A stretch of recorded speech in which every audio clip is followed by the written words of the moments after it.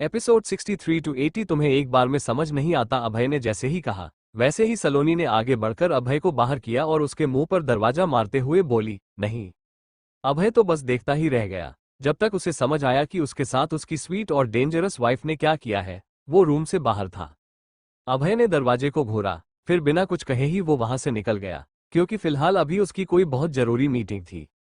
अभय सीढ़ियों से होते हुए नीचे आया ही था कि तभी अनी आकर उसके पैरों से लिपटते हुए बोली, पापा कहाँ जा रहे हैं? अनी को भी घुम्मू घुम्मू जाना है। अभय ने अपनी लिटिल एंजल को अपनी गोद में उठा लिया।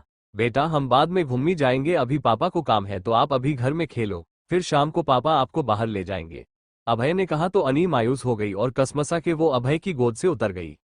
अभय कुछ रिएक्ट करता उससे पहले ही अनी तेजी से अपनी दादी के पास चली गई। अभय ने एक गहरी सांस ली, फिर कुछ सोचकर वो मुस्कुरा दिया और घर से बाहर चला गया।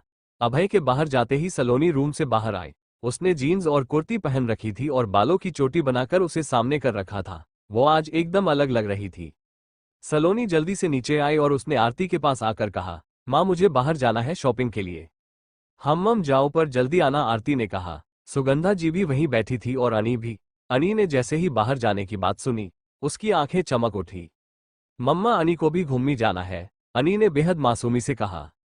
सलोनी ने अनी को अपनी गोद में लेते हुए कहा, हाँ बच्चे। माँ आप गार्ड से बात करिए, सलोनी ने अजीब सा मुंह बनाते हुए कहा। अच्छा ठीक है, आरती ने हंसते हुए कहा तो अनी ने भी अपने दांत चमका दिए।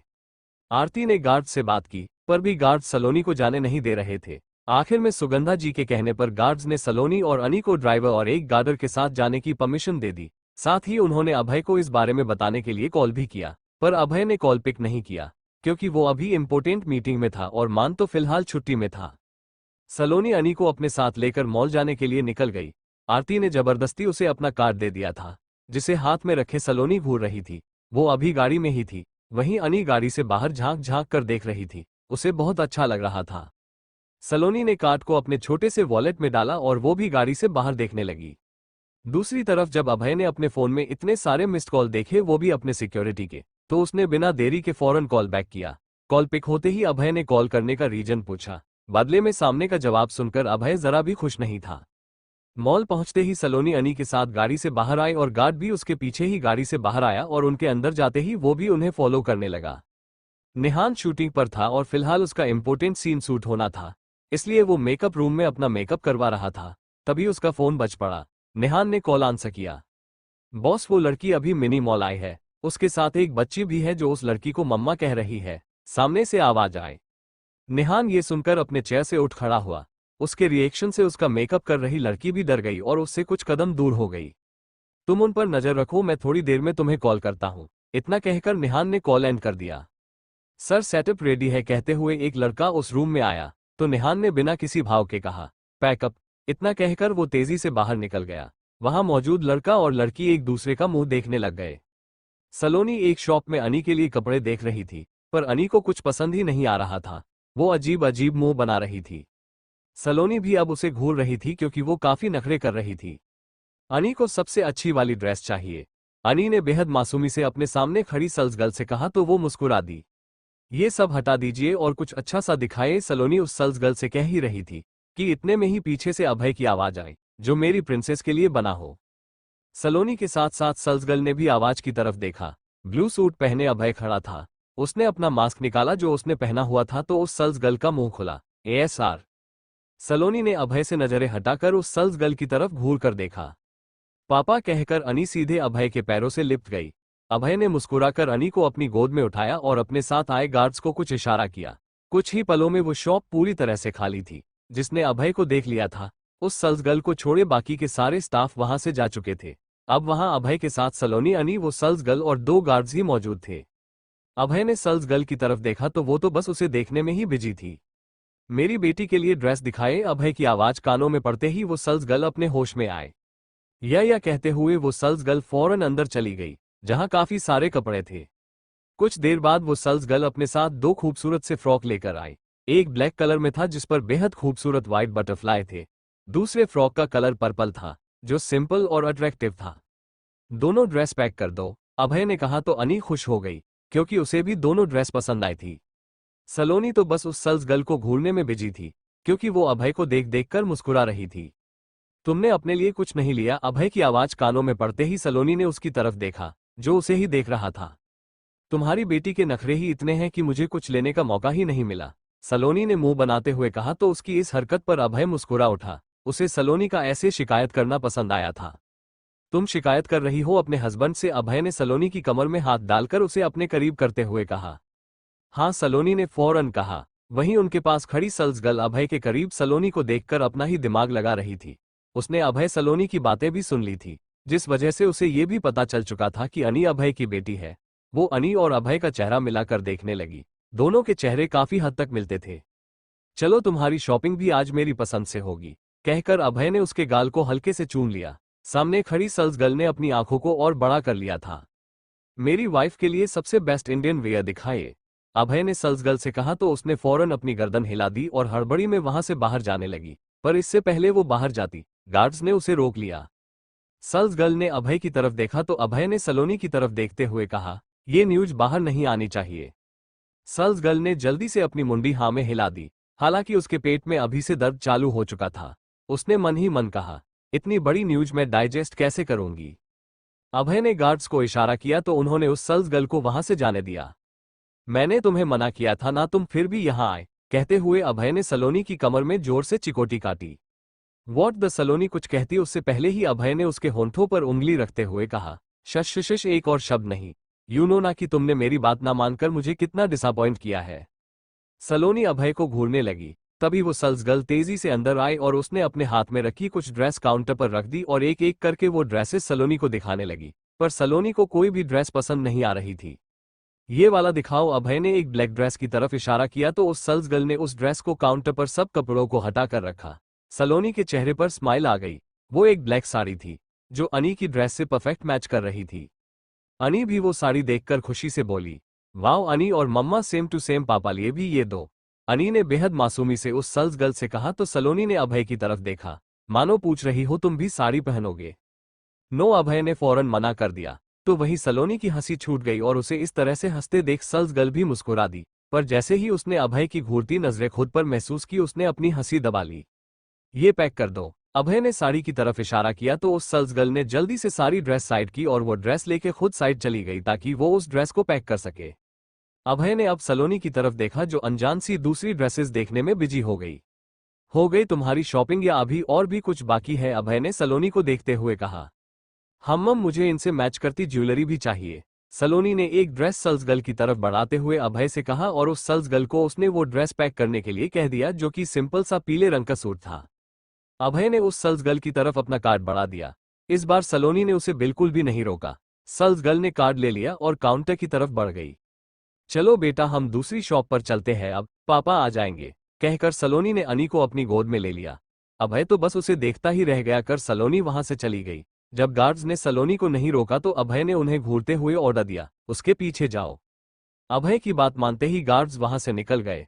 सलोनी अनी का हाथ पकड़े सामने चल रही थी कि एकदम से निहान उसके सामने आ गया। सलोनी के कदम फौरन रुक गए।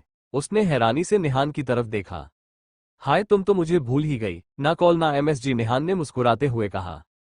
सॉरी, पर मुझे अब इन सब की जरूरत नहीं, एक्सक्यूज मी, कहते हुए सलोनी उसके बगल से जाने लगी तो निहान फिर उसके सामने आ गया। मुझे नहीं पता था कि तुम अभय को ऐसे ही फंसा लोगी। वैसे ये बच्ची कौन है? बहुत क्यूट है, कहते हुए उसने अनी को छूने के लिए हाथ बढ़ाया पर सलोनी ने झट से अनी को अपने पीछे कर लिया। देखिए, मुझे आपके साथ काम करने में कोई इंटरेस्ट नहीं है, सलोनी ने कहा और निहान को इग्नोर कर वहां से आगे बढ़ने लगी। पर निहान ने फिर उसका रास्ता रोक दिया। तभी अभय के गार्ड्स वहां पहुंच गए। ओह, तो तुम्हारे लिए गार्ड्स भी हैं यहाँ, निहान ने तिरछी स्माइल के साथ कहा। सलोनी ने उसे घूर कर देखा और अनी को अपने साथ लिए वो वहां से चली गई। अब उसका शॉपिंग करने का कोई खास मन नहीं था। गार्ड्स ने निहान को रोक लिया था जिस वजह से वो कुछ कर नहीं पाया और गार्ड्स को घूरते हुए वहां से निकल गया। सलोनी कहाँ है? एक गुस्से से भरी आवाज उन गार्ड्स के कानों में पड़ी तो वो एकदम से पलट गए। सामने अभय खड़ा उन्हें घूर रहा था। मैम बाहर गई है, उनके साथ एक गार्ड भी है यहाँ। मैम को निहान सर परेशान कर रहे थे तो हमने बस उन्हें मैम के पास आने से रोका और अब वो चले गए। एक गार्ड ने अभय को गुस्से में देख जल्दी से जो बन पड़ा एक्सप्लेन कर दिया। निहान, अभय ने गुस्से में दांत पीसते हुए कहा। फिर वो भी बाहर निकल गया। गार्ड्स भी तेजी से उसके पीछे उसे कवर करके चल दिए। निहान अपनी गाड़ी में बैठा सलोनी को घूर रहा था जो अनी को लिए गाड़ी के पास खड़ी थी। बेटा जिद नहीं करते, हम बलून बाद में लेंगे, अभी घर चलो। ओके, सलोनी ने प्यार से अनी का गाल थपथपाते हुए कहा। वो दोनों ही अपनी गाड़ी के पास खड़े थे, पर अनी गाड़ी में बैठ ही नहीं रही थी क्योंकि उसे बलून जो चाहिए था। अनी का चेहरा देखकर ऐसा लग रहा था मानो वो अभी रो देगी। तुम मेरी बेटी को रुलाते क्यों रहती हो? जैसे ही अभय की आवाज सलोनी के कानों में पड़ी, उसने फौरन पलटकर अभय की तरफ घूर कर देखा। जाओ सारे बलून्स ले आओ, अभय ने कुछ कैश अपने एक गार्ड की तरफ बढ़ाते हुए कहा तो वो जल्दी से बलून्स लेने चला गया। अनी के चेहरे पर बड़ी सी स्माइल आ गई और उसने अभय की तरफ अपनी बाहें फैला दी। अभय ने भी उसी पल आगे बढ़कर अनी को अपनी गोद में ले लिया। अभय की गोद में आते ही अनी ने खुशी से अभय के दोनों गालों को चूम लिया। उन्हें ऐसे देखना चाहते हुए भी सलोनी के लब मुस्कुरा उठे और उसका खराब मूड भी एकदम सही हो गया।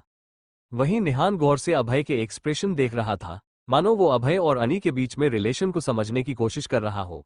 अनी का उसके साथ इतना कंफर्टेबल होना और तो और अभय का अनी के लिए अट्रैक्शन, उसके लिए तो यकीन करना मुश्किल था कि अभय किसी के साथ इतने अच्छे से बिहेव भी कर सकता है। वो दूर से अभय, सलोनी और अनी को ही घूर रहा था। चलो गाड़ी में बैठो, अभय ने सलोनी को ऑर्डर देते हुए कहा। मुझे भूख लगी है, शॉपिंग के चक्कर में मैंने कुछ खाया ही नहीं, सलोनी ने कहा तो अभय कुछ पल उसे घूरता रहा। फिर एकदम से उसने गाड़ी का दरवाजा खोलते हुए कहा, घर पर खा लेना, मेरी बात ना मानने की सजा ही समझ लो। सलोनी ने गुस्से में उसे घूरा और गाड़ी में बैठ गई। पापा अनी को भी भूख लगी है, अनी ने बेहद मासूमी से कहा तो अभय उसकी शक्ल देखने लगा।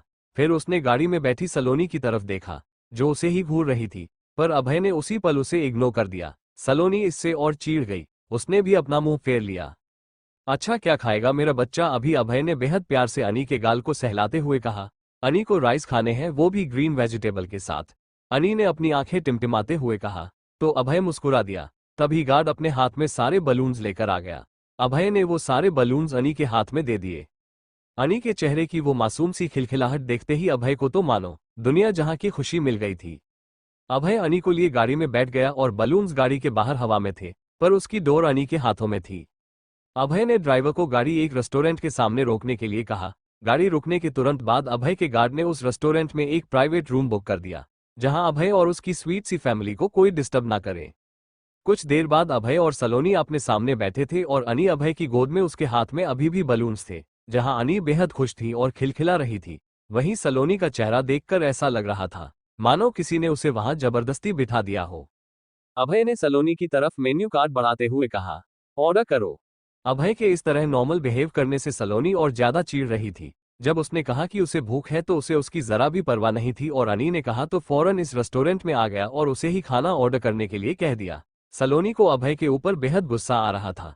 क्यों आ रहा था उसे भी नहीं पता था, पर गुस्सा आ रहा था उसे। सलोनी ने अभय को गुस्से से घूरते हुए मेन्यू कार्ड उठाया और फिर उसने अपने पास में ही खड़े वेटर को ऑर्डर देना शुरू कर दिया। उसने अभी एक दो नाम ही लिए थे, फिर वो एकदम से चुप हो गई।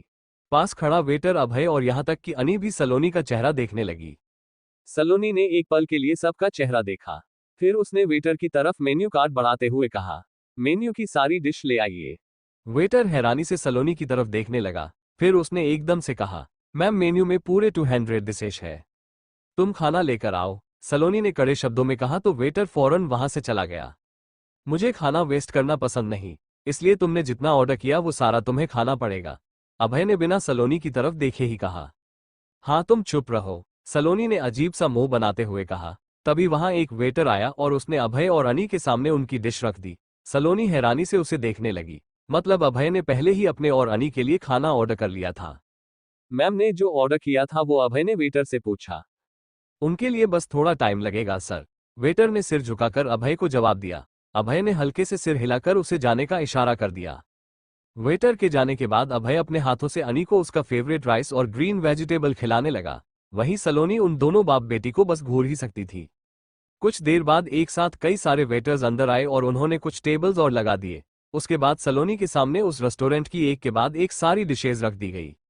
सलोनी के सामने खाना रखने के बाद सारे वेटर्स वहां से चले गए। सलोनी कभी जाते हुए वेटर्स को देखती तो कभी अपने सामने मौजूद इतने सारे खाने को, ये सब देखकर तो उसकी भूख ही मर गई थी। अभय, सलोनी ने धीरे से अभय को पुकारा, पर अभय ने सुना ही नहीं, क्योंकि सलोनी ने बहुत धीरे से उसे पुकारा था। कुछ पल बाद सलोनी ने फिर से अभय को पुकारा, पर इस बार उसकी आवाज तेज थी। अभय ने सलोनी की तरफ देखा तो वो उसे ही बेहद मासूमी से देख रही थी। अभय की आंखें एकदम से छोटी हो गई। सलोनी की तरफ देखते हुए उसने अपनी भवें उठा दी, मानो पूछना चाह रहा हो कि अब क्या हुआ। मुझे कुछ नहीं खाना, सलोनी ने कहा तो अभय कुछ देर उसे घूरता रहा। फिर अभय के एक आवाज पर रूम के बाहर मौजूद वेटर तुरंत अंदर आते हुए बोला, यस सर। ये सारा खाना बगल के ऑर्फनेज में बंटवा दो, अभय ने उस वेटर से कहा। तो वो वेटर हैरानी से अभय की तरफ देखने लगा, पर जब अभय ने अपनी गहरी नजरों से उसे घूरा तो वो वेटर उसी पल वहां से चला गया। कुछ देर बाद जब वो वेटर वापस आया तो उसके साथ कुछ और भी वेटर्स थे। सभी जल्दी जल्दी सारा खाना वहां से ले जाने लगे, सिर्फ अभय और अनी का खाना छोड़कर। सलोनी अभय और अनी को ही देख रही थी। लास्ट में सफेद कलर के रसगुल्लों से भरा बाउल जैसे ही वेटर ने उठाना चाहा, सलोनी ने उसे रोक दिया, क्योंकि ये तो उसका फेवरेट था। सारे वेटर्स के जाने के बाद अब सलोनी आराम से वो रसगुल्ले खाने लगी। अभय जो खुद खाने में बिजी था, अब वो सलोनी को देखने में बिजी हो गया। वो किसी छोटे बच्चे की तरह बाउल से एक एक रसगुल्ला उठाकर बड़े ही चाव से खा रही थी। मम्मा, अनी को भी चाहिए। अचानक आए अनी की आवाज सुनते ही अभय और सलोनी ने उसकी तरफ देखा तो अनी बेहद मासूमी से सलोनी के हाथ में मौजूद रसगुल्ले के उस आखिरी पीस को देख रही थी, जो सलोनी के मुंह में जाकर कभी भी शहीद हो सकता था। इससे पहले सलोनी कुछ कहती, उसके हाथ से रसगुल्ला छीन चुका था। अभय ने सलोनी के हाथ से रसगुल्ला लेकर अनी के मुंह में डाल दिया था और खुद अपनी उंगली पर लगी हल्की सी चाशनी को चाट रहा था। सलोनी हैरानी से कभी अभय अनी तो कभी अपने खाली हाथ को देख रही थी। सलोनी को हैरान परेशान देखकर अभय ने उसकी तरफ देखकर स्माइल पास की, पर सलोनी ने उसी पल गुस्से में उसे घूरा और अपनी जगह से उठ गई। अभय भी अनी को गोद में लिए उठ गया और वो तीनों ही रूम में मौजूद बेसिन के पास गए और अपना अपना हाथ धोकर टिश्यू से पोंछने लगे। मम्मा, क्या अनी अब घर जाएगी? अभय की गोद में मौजूद अनी ने बेहद मासूमी से कहा। अपने पापा से पूछ लो, मुझे नहीं पता, सलोनी ने अनी से कहा और घूरकर अभय को देखा और तेजी से दरवाजे की तरफ बढ़ गई। सलोनी ने गुस्से में ध्यान नहीं दिया और सामने बंद दरवाजे से जोर से टकरा गई। अनी चिल्ला उठी। मम्मा! अभय ने भी आगे बढ़कर सलोनी को थाम लिया। सलोनी ने आंखें बंद की हुई थी और उसका हाथ उसके माथे पर था। अभय ने जैसे ही आगे बढ़कर उसे थामा, सलोनी ने अपना दूसरा हाथ अभय की बाजू में कस के लपेट लिया। अभय के आवाज देने पर एक वेटर वापस आया। दरवाजा खुलते ही अभय फौरन सलोनी को लेकर वहां से चला गया। उसने बिल पे किया और बाहर आकर उसने गाड़ी में पहले सलोनी को बिठाया और खुद अनी को गोद में लिए वो भी गाड़ी में बैठ गया। गाड़ी हॉस्पिटल ले चलो, अभय ने ड्राइवर से कहा। मैं ठीक हूं, सलोनी ने कहा तो अभय ने बेहद गुस्से से उसकी तरफ देखा। अब सलोनी का मुंह नहीं खुला और उसने अपना सिर नीचे झुका लिया। कुछ देर बाद वो लोग हॉस्पिटल में थे। सलोनी चुपचाप से अपनी ड्रेसिंग करवा रही थी। उसके माथे पर हल्की सी चोट उभर आई थी। ड्रेसिंग हो जाने के बाद अभय सलोनी का हाथ थामे हॉस्पिटल से बाहर आ गया। इस दौरान अभय ने अपने चेहरे पर मास्क लगाया हुआ था। अनी अभय की गोद में ही थी और उसके कंधे में सिर टिकाकर वो बेहद मासूमी और उदासी से सलोनी की चोट को देख रही थी। सलोनी ने जब अनी को इतना मायूस देखा तो उसने हल्के से अनी का गाल थपथपाते हुए कहा, ये चोट जल्दी ठीक हो जाएगी बच्चा। मम्मा को दर्द हो रहा है? अनी ने बेहद मासूमी से पूछा। उसने अभय के कंधे से अपना सिर उठा लिया था और अपनी आंखों को टिमटिमाते हुए सलोनी को देखने लगी। सलोनी ने हल्के से उसका सिर सहला दिया और ना में अपनी गर्दन हिलाई तो अनी मुस्कुरा दी। चलो मम्मा, आइसक्रीम खाएंगे, उससे चोट जल्दी ठीक हो जाएगी, अनी ने बेहद मासूमी से अपनी आंखों में चमक भरते हुए कहा। सलोनी मुस्कुरा दी। वो लोग हॉस्पिटल से बाहर आ गए थे।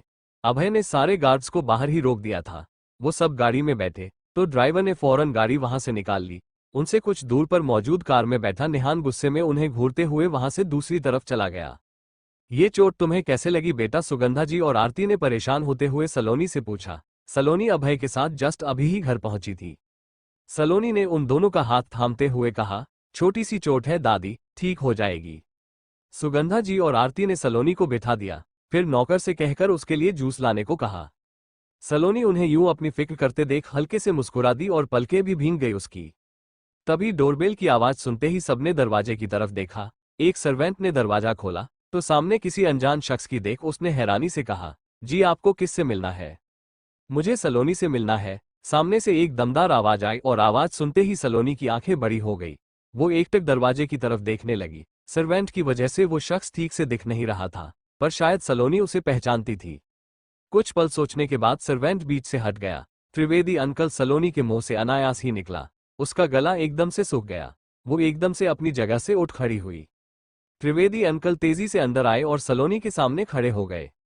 सलोनी ने कुछ कहने के लिए मुंह खोला ही था कि इतने में ही अभय ने सलोनी को पीछे खींचते हुए मिस्टर त्रिवेदी से कहा, मिस्टर सिंघानिया और मिसेज अभय सिंह राठौर का आप कोई लेना देना नहीं है, तो आप यहां से जा सकते हैं। मिस्टर त्रिवेदी मिस्टर सिंघानिया के पर्सनल असिस्टेंट थे और अभय उन्हें बेहद अच्छे से जानता था। पापा, सफेद बालों वाले अंकल कौन है? अभय की गोद में चढ़ चुकी अनी ने मासूमी से पूछा। मिस्टर त्रिवेदी ने सबको इग्नोर किया और सलोनी की तरफ रुख करते हुए कहा, मिस्टर सिंघानिया की हालत काफी खराब है, उनके पास वक्त नहीं है और वो आखिरी बार अपनी बेटी से मिलना चाहते हैं।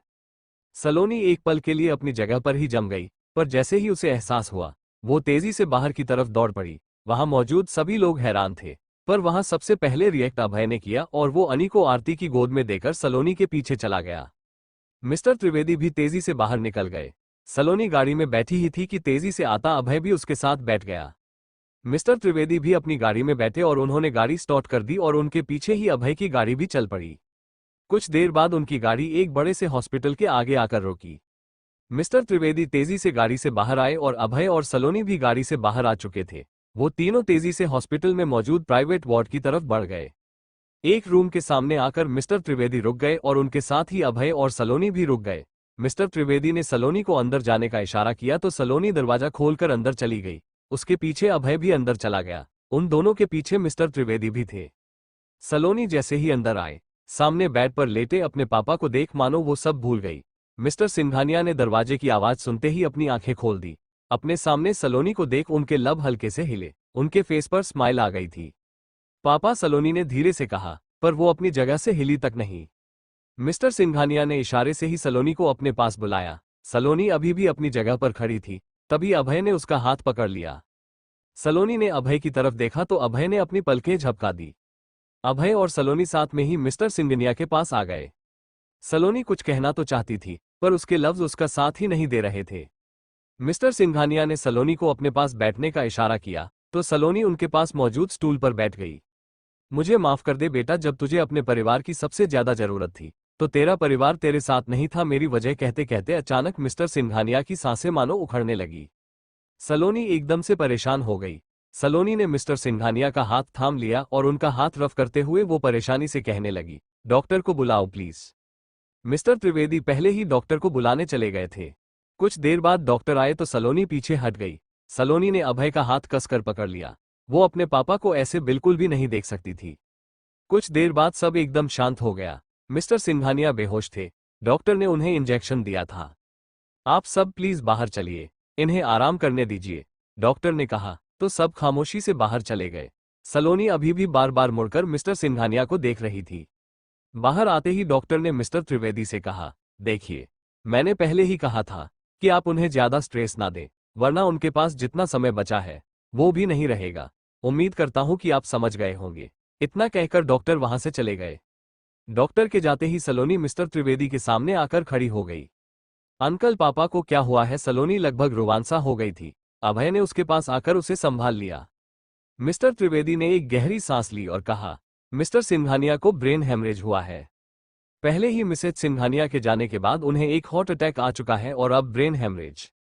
उनका ऑपरेशन भी पॉसिबल नहीं है, क्योंकि मिस्टर सिंघानिया ने जीने की उम्मीद ही छोड़ दी है और उनके ऑपरेशन सक्सेस होने के चांस 0% है। वो आखिरी बार तुम्हें देखना चाहते थे। सलोनी तो जैसे सुन्न हो गई, उसे कुछ भी समझ नहीं आ रहा था। वो बस 2 कदम पीछे हो गई। अभय जल्दी से आगे आया और उसने सलोनी को संभाल लिया। इन सब के बारे में तो अभय भी नहीं जानता था और सलोनी के लिए उसे बुरा लग रहा था। क्या इन सब का जिम्मेदार वो खुद था? अगर वो सलोनी के करीब नहीं जाता तो वो प्रेग्नेंट नहीं होती और ना ही मिस्टर सिंघानिया उसे घर से बाहर करते। वो अपनी फैमिली के साथ खुश होती। अगर अभय उसकी लाइफ में नहीं आया होता। अभय अब खुद को ही कोस रहा था। सलोनी ने अभय की बाह मजबूती से थाम रखी थी। मम्मा, मम्मा को क्या हुआ था और ये सब कब हुआ? कहते हुए सलोनी के आंसू उसके आंखों से निकलकर गालों पर फिसल गए। मिस्टर त्रिवेदी को भी ये सब बताते हुए बेहद बुरा लग रहा था, क्योंकि सलोनी को अपनी मां के मौत की भी खबर नहीं थी। अगर मिस्टर सिंघानिया अचानक बीमार ना होते तो शायद सलोनी पहले ही सिंघानिया हाउस आ चुकी होती। 3 दिन पहले मिसेज सिंघानिया लंदन से वापस आ रही थी और एयरपोर्ट से घर आते हुए उनकी गाड़ी का बहुत बुरा एक्सीडेंट हो गया। मौके पर ही उनकी मौत हो गई। मिस्टर सिंघानिया तो मिसेज सिंघानिया का वेट कर रहे थे, पर वहां मिसेज सिंघानिया की लाश पहुंची। कहते कहते मिस्टर त्रिवेदी एक पल के लिए रुक गए। जहां वो अपनी पत्नी का इंतजार कर रहे थे, वहां उनकी लाश पाकर वो टूट गए। खुद को संभाल ही नहीं पाए। उन्हें दिल का दौरा पड़ गया। उन्हें होश आने में काफी वक्त लगा। जब उन्हें होश आया तो उन्हें सबसे पहले अपनी पत्नी का ख्याल आया। वो उस वक्त भी पूरी तरह अपने होश में नहीं थे उन्होंने कैसे अपनी पत्नी का अंतिम संस्कार किया ये वो खुद ही जानते हैं।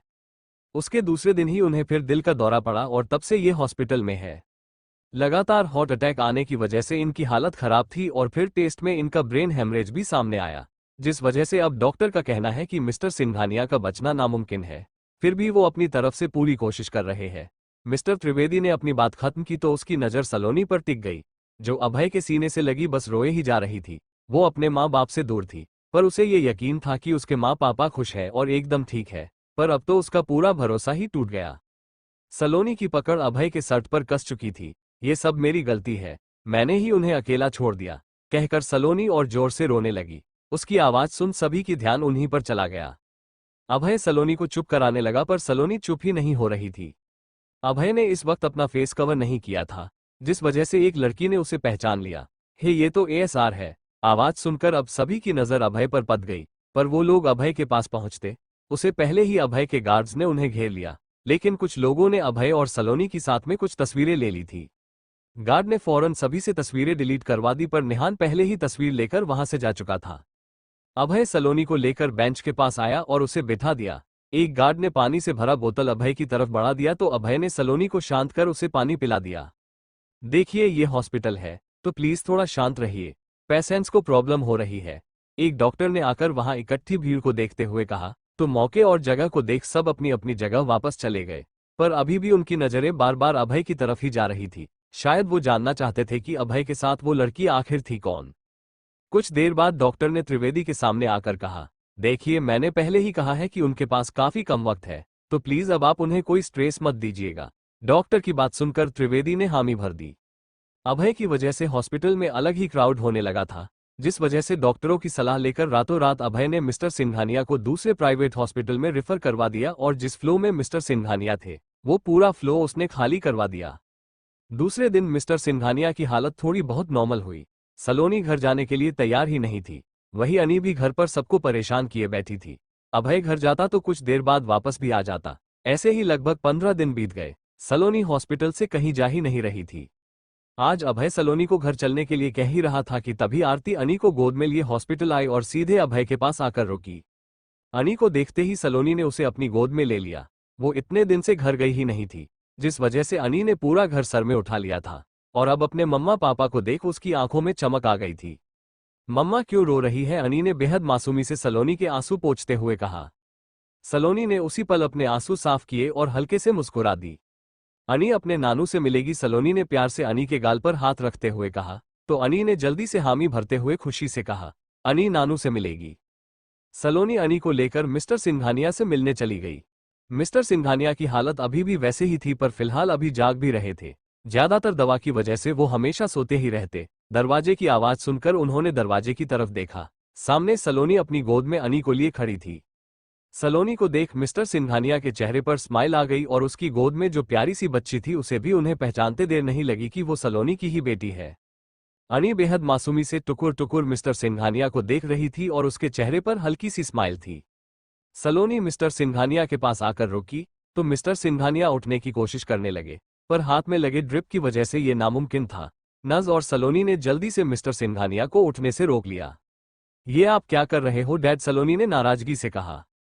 मैं बस एक बार अपनी नन्ही सी गुड़िया को अपनी गोद में लेना चाहता हूँ, शायद इसलिए अभी तक जिंदा हूँ, मिस्टर सिंघानिया ने अनी की तरफ देखते हुए बेहद प्यार से कहा। नानू को क्या हुआ मम्मा? अनी जो काफी देर से खामोश थी, आखिरकार उसने अपनी चुप्पी तोड़ी। मिस्टर सिंघानिया की आंखें नम हो गई। वो उस प्यारी सी बच्ची को अपनी गोद में लेना चाहते थे, पर वो उठ नहीं सकते थे। उन्हें अब अपनी इस हालत पर और खुद पर बेहद गुस्सा आ रहा था। सलोनी ने वहीं मौजूद स्टूल पर अनी को बिठा दिया। अनी ने अपने नन्हे नन्हे हाथों से मिस्टर सिंघानिया का हाथ पकड़ते हुए कहा, नानू को दर्द हो रहा है। मिस्टर सिंघानिया की आंखों में ठहरे हुए आंसू बह निकले और उन्होंने अपनी गर्दन हाँ में हिला दी। ये देखकर अनी ने मायूस होकर कहा, अनी बड़ी होकर जब डॉक्टर बन जाएगी ना, तब देखना अनी नानू को दर्द होने नहीं देगी। अनी ने कहा तो मिस्टर सिंघानिया के लब मुस्कुरा उठे। उन्होंने प्यार से अपना हाथ उठाकर अनी के सिर पर रख दिया तो अनी चमकती आंखें लिए मुस्कुरा उठी। वो मासूमी से अपनी आंखें टिमटिमाते हुए अपने नानू को देखने लगी। मिस्टर सिंघानिया ने दोबारा उठने की कोशिश की तो सलोनी और नज ने उन्हें रोक दिया। मिस्टर सिंघानिया ने आस भरी नजरों से सलोनी की तरफ देखा। उनकी धड़कन अचानक एकदम से तेज हो गई और सांसें ऊपर नीचे होने लगी। ये देखकर सलोनी परेशान हो गई। डॉक्टर कहते हुए नर्स तेजी से बाहर गई। नानू को क्या हुआ कहकर अनी मासूमी से अपने नानू को देखने लगी। उसे कुछ समझ ही नहीं आ रहा था। उसके नानू ने अपने सीने में हाथ रख लिया। सलोनी भी तेजी से बाहर निकल गई। वहीं अनी स्टूल के सहारे बेड पर आई और उसने अपने नानू के सीने पर हाथ रख दिया। उसे लगा कि वहां उसके नानू को दर्द हो रहा है तो उसने वहां हाथ रख दिया। मिस्टर सिंघानिया ने अनी का हाथ पर अपना दूसरा हाथ भी रख दिया। उसी पल जैसे उनकी दुनिया थम गई और उनकी सांसें भी। नानू अनी ने अपनी आंखें टिमटिमाते हुए उन्हें आवाज दी, पर अब उसके नानू उसे नहीं सुन सकते थे। तभी सलोनी, अभय, मिस्टर त्रिवेदी के साथ साथ नर्स और डॉक्टर भी वहां आ गए। डॉक्टर ने तेजी से जाकर चेक किया, पर अब बहुत देर हो चुकी थी। अनी अभी भी वहीं बैठी टुकुर टुकुर अपने नानू को देख रही थी। आई एम सॉरी, डॉक्टर ने मायूसी से कहा और वहां से चले गए। सलोनी एकदम से 2 कदम पीछे हो गई तो पीछे खड़े अभय ने तुरंत उसे संभाल लिया। सलोनी ने पलटकर अभय की कमर पकड़ ली और उसके सीने से लग के रोने लगी। अनी अपने नानू के पास बैठी मासूमी से कभी अपने नाना को देखती तो कभी अपनी माँ को, जो रो रही थी। नानू, मम्मा रो रही है। अनी ने मासूमी से अपना हाथ अपने नानू के हाथ के नीचे से निकालते हुए कहा, फिर झट से बेड से कूदी। मम्मा, अनी की चीख निकल गई, क्योंकि वो बेड से नीचे कूदते वक्त गिर गई थी। सलोनी और अभय जल्दी से अनी के पास आए और अभय ने अनी को अपनी गोद में उठा लिया। पापा देखो ना, नानू को क्या हो गया। अनी ने बेहद मासूमी से अपने नानू की तरफ इशारा किया तो सलोनी ने अपने होंठों को आपस में भींच लिया। उसकी आंखों से फिर आंसू बहने लगे। नर्स ने मिस्टर सिंघानिया की बॉडी को सफेद कपड़े से कवर कर दिया। नानू सो गए, अनी ने अपने नानू की तरफ देखते हुए कहा। हाँ बेटा, नानू सो गए, अभय ने कहा तो अनी ने मासूमी से अभय की तरफ देखते हुए कहा, नानू अनी के साथ कब खेलेंगे। अभय के पास कोई जवाब नहीं था। वो क्या ही कहता। मिस्टर सिंघानिया का अंतिम संस्कार अभय ने खुद अपने हाथों से किया। मान की शादी थी, सारे कार्ड्स बच चुके थे, इसलिए शादी कैंसल नहीं हुई। पर अभय और सलोनी शादी में नहीं गए। अपनी मां को उदास देख अनी को समझ ही नहीं आता था कि आखिर उसकी मां इतनी सैड क्यों है। पर अभय हर बार उसे ये कहकर मना लेता कि मम्मा की तबीयत खराब है। अभय सोफे पर बैठा ही था कि इतने में ही उसका फोन बज उठा। अभय ने फोन की तरफ एक नजर देखा तो कॉल मान का था। अभय ने कॉल रिसीव किया ही था कि इतने में ही ना जाने कहां से अनी दौड़ते हुए आए और उसने अभय की बाह पकड़ ली। पापा, मम्मा को हॉस्पिटल ले चलो, जब तो मम्मा ठीक हो के अनी से बात करेगी। अनी ने अभय की बाह को जोर से हिलाते हुए कहा। अभय ने अनी को अपनी गोद में उठा लिया और उसकी तरफ देखकर उसने उसे एक स्माइल दी, जिसका मतलब था कि अभय ने अनी की बात मान ली है। इसके बाद अनी एकदम चुप हो गई। हाँ मान बोलो। अनी के चुप होते ही अभय ने फोन कान से लगाते हुए कहा, सर क्या आपने आज का न्यूज देखा। सामने से मान की आवाज आए। क्यों, क्या है न्यूज में, कहते हुए अभय ने सामने मौजूद टेबल पर पड़ा रिमोट उठा लिया और टीवी ऑन कर दिया। सर वो न्यूज में आपके और सलोनी मैम के बारे में। इससे पहले मान अपनी बात पूरी कहता सामने से अभय ने कॉल एंड कर दिया। मान ने कुछ पल अपने हाथ में मौजूद फोन को घूरा, फिर ना में सिर हिला दिया। टीवी पर सलोनी और अभय की तस्वीरें फ्लैश हो रही थी और नीचे ना जाने क्या क्या बकवास लिखा हुआ था। अभय की नजर जैसे ही नीचे लिखे शब्दों पर पड़ी, उसका पारा हाई हो गया। सलोनी को उसकी रखेल कहा जा रहा था। इन सब में फ्रेम सलोनी को किया गया था। ज्यादातर उसी के चेहरे पर फोकस था। देखकर ही पता चल रहा था कि ये सब किसी ने जानबूझकर किया है। अभय ने दोबारा मान का नंबर डायल किया। मान ने भी एक रिंग में ही कॉल रिसीव कर लिया, मानो वो अभय के ही कॉल का वेट कर रहा था। टीम से कांटेक्ट करो, आज के आज ये न्यूज हट जानी चाहिए, अभय ने थोड़ा सख्त आवाज में कहा और कॉल एंड कर दिया। कॉल के एंड होते ही मान अपने काम में लग गया तो वहीं अभय ने गुस्से में टीवी बंद कर दिया। मम्मा, अनी ने खुशी से कहा। अनी की आवाज सुनते ही अभय की आंखें बड़ी हो गई। उसने तुरंत पलटकर देखा तो सामने आंखों में आंसू लिए सलोनी खड़ी थी। शायद वो बहुत पहले से वहां खड़ी थी। सलोनी, अभय ने कुछ कहना चाहा, पर सलोनी उसी पल मुड़ी और सीढ़ियों से होते हुए वो तेज कदमों से अपने रूम में चली गई। उतनी ही फुर्ती से अभय भी सोफे से उठा था, पर अनी की वजह से वो सलोनी को रोक नहीं पाया। मम्मा क्यों चली गई पापा, अनी ने सीढ़ियों की तरफ देखते हुए कहा। आप यहां बैठो, पापा मम्मा को लेकर आ रहे हैं। ठीक है, अनी को सोफे पर बिठाकर हल्की स्माइल के साथ अभय ने कहा और वहां से सीधे सलोनी के पास चला गया। अनी वहीं बैठी मासूमी से अपने पापा को वहां से जाते हुए देख रही थी। सलोनी बेड पर खामोशी से बैठी थी जब अभय रूम में आया। अभय आकर सलोनी के बगल में बैठ गया और उसने सलोनी का हाथ पकड़ लिया। सलोनी ने एक नज़र अभय की तरफ देखा, फिर फौरन ही उसने उस पर से अपनी नजरें हटा ली। वो न्यूज हट जाएगी, अभय ने इतना कहा ही था कि सलोनी ने उसकी तरफ देखते हुए कहा, क्या तुम भी मुझे अपनी रखैल समझते हो। अभय की पकड़ सलोनी के हाथों में कस गई। वो गुस्से से सलोनी को घूर रहा था, जबकि अपनी बात कहने के बाद सलोनी ने अभय पर से अपनी नजरें फेर ली थी। अभय की पकड़ अपने हाथ में कसती महसूस करते ही सलोनी ने एक बार फिर से अभय की तरफ देखा।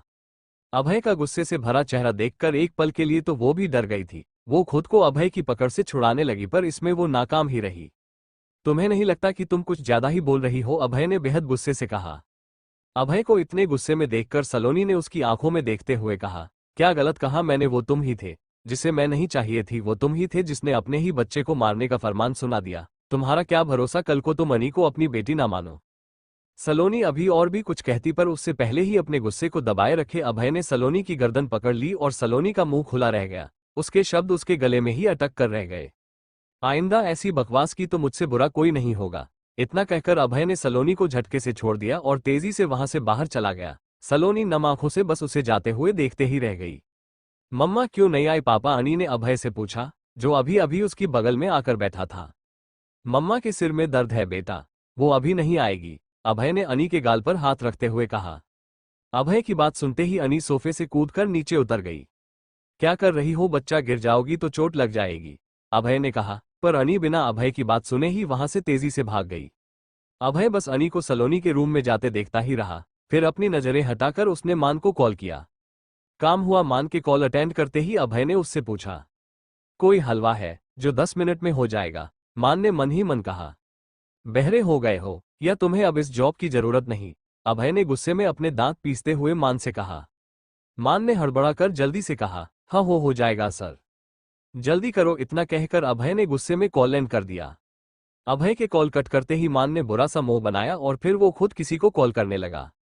सलोनी खामोशी से बेड पर बैठी थी। जब अनी रूम में आई, अनी के आने का आभास सलोनी को हुआ ही नहीं। वो अभी भी वैसे ही बैठी हुई थी। अनी अपने नन्हे कदमों से बेड के पास आई और थोड़ी बहुत कोशिश के बाद आखिर वो बेड पर चढ़ ही गई।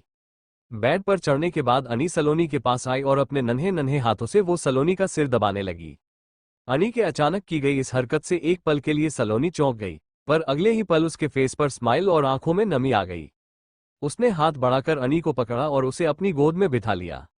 अनी ने मासूमी से सलोनी के चेहरे की तरफ देखते हुए बेहद प्यार से पूछा, मम्मा को ज्यादा पेन हो रहा है? सलोनी ने अनी को अपने गले से लगा लिया और उसके सिर को प्यार से चूमते हुए बोली, बिल्कुल भी नहीं बच्चा, मम्मा को बिल्कुल भी दर्द नहीं हो रहा है। सलोनी की बात सुन अनी हल्के से मुस्कुराई। फिर चलो ना मम्मा अनी के साथ लंच करने, दादी और बिग दादी अनी का वेट कर रही है, अनी ने कहा तो सलोनी उसे मना ना कर पाए। अनी सलोनी का हाथ थामे हॉल में आई और फिर डाइनिंग टेबल में जाकर सबके साथ उसे बिठा दिया। अभय ने एक नज़र सलोनी को देखा, फिर उसने उस पर से अपनी नजरें हटा ली। रात के करीब 2 बज रहे थे जब निहान एक क्लब से बाहर आया। वो नशे में धुत मुस्कुराता हुआ अपनी कार की तरफ बढ़ा, पर वहां अपने ड्राइवर को ना पाकर उसे गुस्सा आ गया। उसने अपना फोन निकाला और इससे पहले वो किसी का नंबर डायल करता किसी ने पीछे से उसके सिर पर किसी चीज से वार कर दिया और नशे में होने की वजह से निहान ने तुरंत अपना होश खो दिया और वो वहीं जमीन पर बेसुध सा गिर गया।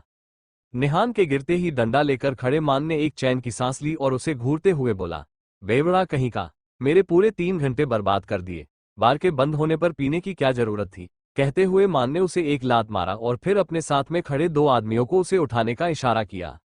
इशारा पाते ही उन दोनों आदमियों ने निहान को उठाया और एक गाड़ी की पिछली सीट पर डाल दिया। मान भी जाकर उसी गाड़ी में बैठ गया और वो दोनों आदमी भी। 4 दिन बीत चुके थे और निहान के ना मिलने की वजह से उसके डैड मिस्टर बंसल काफी परेशान हो चुके थे। पुलिस भी उसे ढूंढ रही थी, पर उसका कहीं कोई पता नहीं था। डिनर के बाद जब सब सो गए तो अभय ने अपना फोन लिया और रूम से बाहर जाने लगा। रूम का दरवाजा धीरे से बंद करके वो पलटा ही था कि अपने सामने सलोनी को देखकर वो चौंक गया। फिर अगले ही पल वो नाराजगी से बोला, तुम क्या कर रही हो यहाँ? तुम कहाँ जा रहे हो, वो भी इतनी रात को? सलोनी ने अभय को शक की नजरों से देखते हुए कहा। तुमसे मतलब, जाओ जाकर सो जाओ, अभय ने सलोनी को घूरते हुए कहा और उसे साइड कर वहां से जाने लगा। पर अगले ही पल सलोनी ने उसका हाथ पकड़ लिया। मुझे सच जानना है अभय, तुम इस समय रोज कहाँ जाते हो कहीं तुम? सलोनी अपनी गहरी नजरों से अभय को देखते हुए बोल रही थी। जब अभय ने गुस्से में उसका हाथ अपने हाथ से छुड़ाया, स्टॉप इट, कुछ भी बकवास मत करो समझी, अभय ने गुस्से में कहा, पर उसकी आवाज तेज नहीं थी। बकवास नहीं, सच है, तो बताओ कहाँ जा रहे हो अपना दिल बहलाने? सलोनी ने भी उतने ही गुस्से में कहा, पर उसकी आवाज तेज थी। अभय ने उसी पल उसका हाथ पकड़ा और खींचकर उसे अपने रूम में ले गया और अंदर से दरवाजा बंद कर दिया। सलोनी का ध्यान तो बस अपना हाथ छुड़ाने पर ही था। जब उसने दरवाजे के बंद होने की आवाज सुनी तो अपनी नजरें उठाकर उसने अभय की तरफ देखा। तुम्हारी जबान ज्यादा ही तेज हो गई है।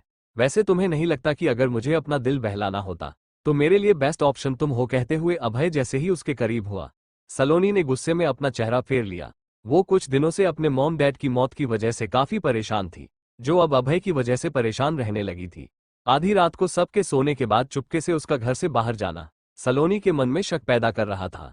चाहे उनका रिश्ता कैसा भी हो, वो किसी और के साथ अभय को सोच ही नहीं सकती थी। सलोनी की हरकत देख अभय हल्के से मुस्कुराया और फिर उसने सलोनी को गुस्से में खुद से दूर किया और तेजी से रूम से बाहर चला गया। सलोनी हैरानी से जाते हुए अभय को देखती ही रह गई, पर अगले ही पल उसके दिमाग में अजीब अजीब से ख्याल आने लगे, मानो अभय सच में किसी और से मिलने जा रहा हो। वो तेजी से अभय के पीछे जाने के लिए निकल गई। अभय बाहर गार्ड्स से कुछ बात कर रहा था। शायद उसे शक था कि सलोनी उसके पीछे आए, इसलिए वो गार्ड्स को वार्न कर रहा था। ड्राइवर ने गाड़ी उसके सामने ला दी थी। सलोनी जो अब तक बाहर आ गई थी, बाहर इतने गार्ड्स देखकर वो अपनी जगह पर ही ठहर गई, पर जैसे ही उसकी नजर अभय की गाड़ी पर पड़ी वो तेजी से आगे बढ़ी और बिना किसी की नजर में आए वो जल्दी से अभय की गाड़ी की डिक्की में छिप गई। अभय ने गार्ड्स को वापस अपनी जगह पर जाने के लिए कहा और खुद अपनी गाड़ी में आकर बैठ गया। अभय ने गाड़ी में बैठते ही ड्राइवर को इशारा किया। इशारा पाते ही ड्राइवर ने गाड़ी वहां से निकाल ली। डिक्की में छुपी हुई सलोनी की हालत तो आधे रास्ते में ही खराब हो गई। उसे अब उस बंद जगह में घुटन हो रही थी और गाड़ी थी कि रुकने का नाम ही नहीं ले रही थी। कुछ देर बाद जब गाड़ी रुकी तो जैसे सलोनी की जान में जान आए। दरवाजे के खुलने और बंद होने की आवाज सुनने के बाद सलोनी ने डिक्की खोली और जल्दी से बाहर निकल गई। सलोनी ने जैसे ही अपनी नजरें उठाई तो सामने अभय को देखते ही वो एकदम से लड़खड़ा गई। अभय ने सलोनी को जल्दी से थाम लिया। सलोनी ने डर की वजह से अपना थूक निगल लिया था।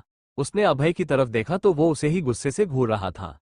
सलोनी जल्दी से सीधी खड़ी हो गई और खुद को नॉर्मल कर उसने आसपास देखा तो वो इस वक्त अभय के फार्म हाउस में थी, जिसके बारे में उसे दादी से पता चला था। अभय की नजरें सलोनी पर ही टिकी हुई थी, जो इधर उधर देख रही थी। जब सलोनी ने अभय की तरफ नहीं देखा तो अभय ने गुस्से में उसका चेहरा पकड़कर अपनी तरफ करते हुए नाराजगी से कहा, तुम मेरे पीछे यहाँ क्या जानने आए हो?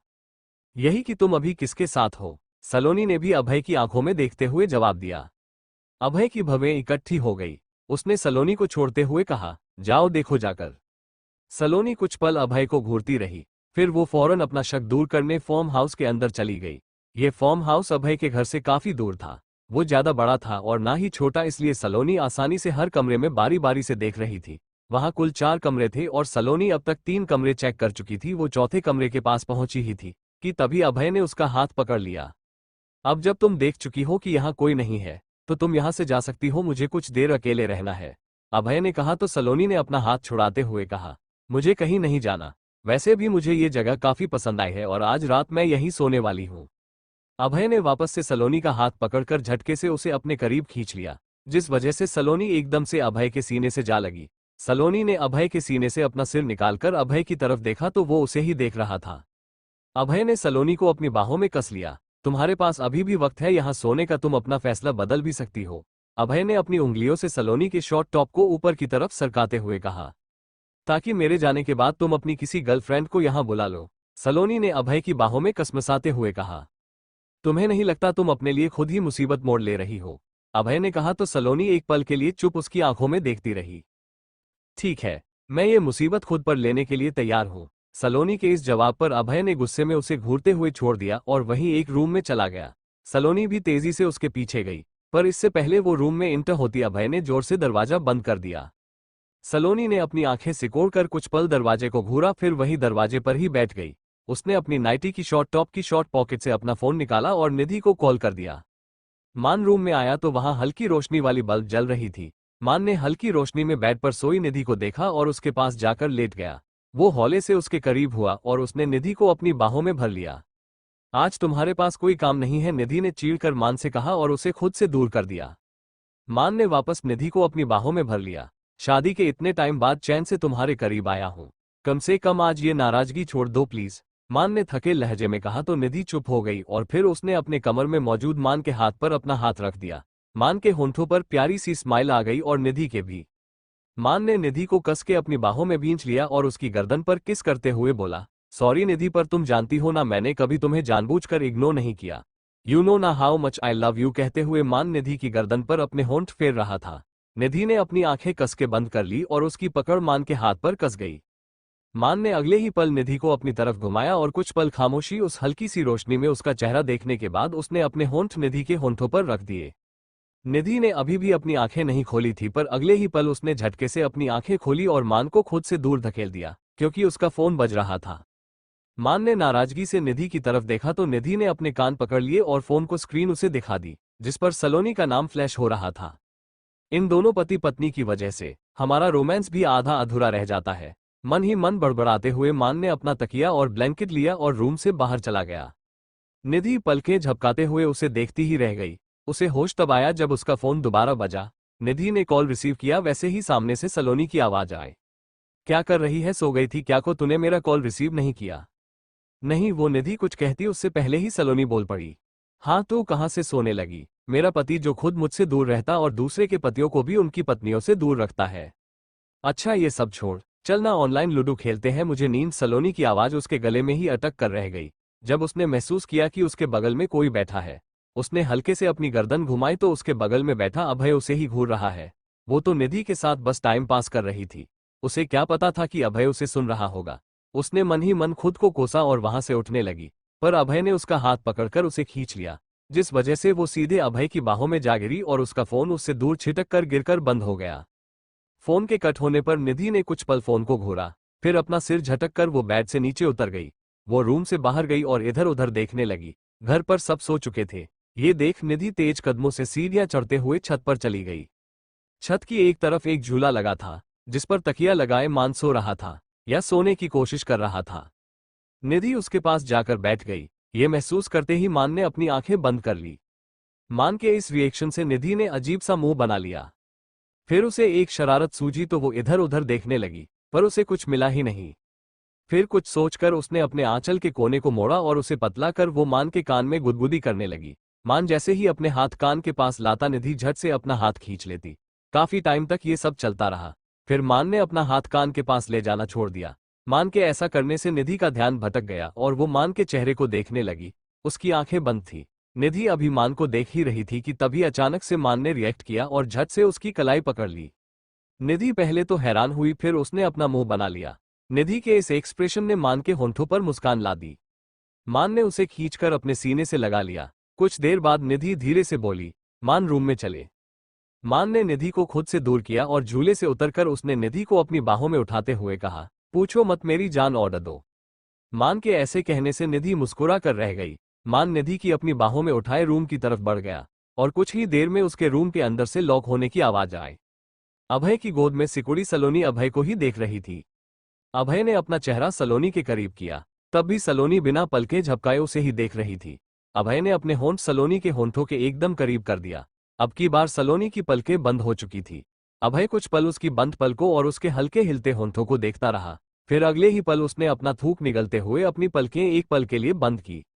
सलोनी जो आंखें बंद किए थी, अचानक ही उसे अपनी गर्दन पर अभय की गहरी और गर्म सांसें महसूस हुई और उसके अगले ही पल उसके शब्द उसके कानों से टकराए, कल तैयार रहना, मैं पब्लिकली तुम्हें अपनी वाइफ अनाउंस करने वाला हूं। कहने के साथ ही अभय ने सलोनी के कान के पास हल्के से चूम लिया। अभय की बात सुनते ही सलोनी ने झट से अपनी आंखें खोल ली और एकटक अभय को देखने लगी। अभय ने कब उसे अपनी गोद से नीचे उतार दिया उसे पता ही नहीं चला। अभय उठा और वापस अपने रूम में चला गया।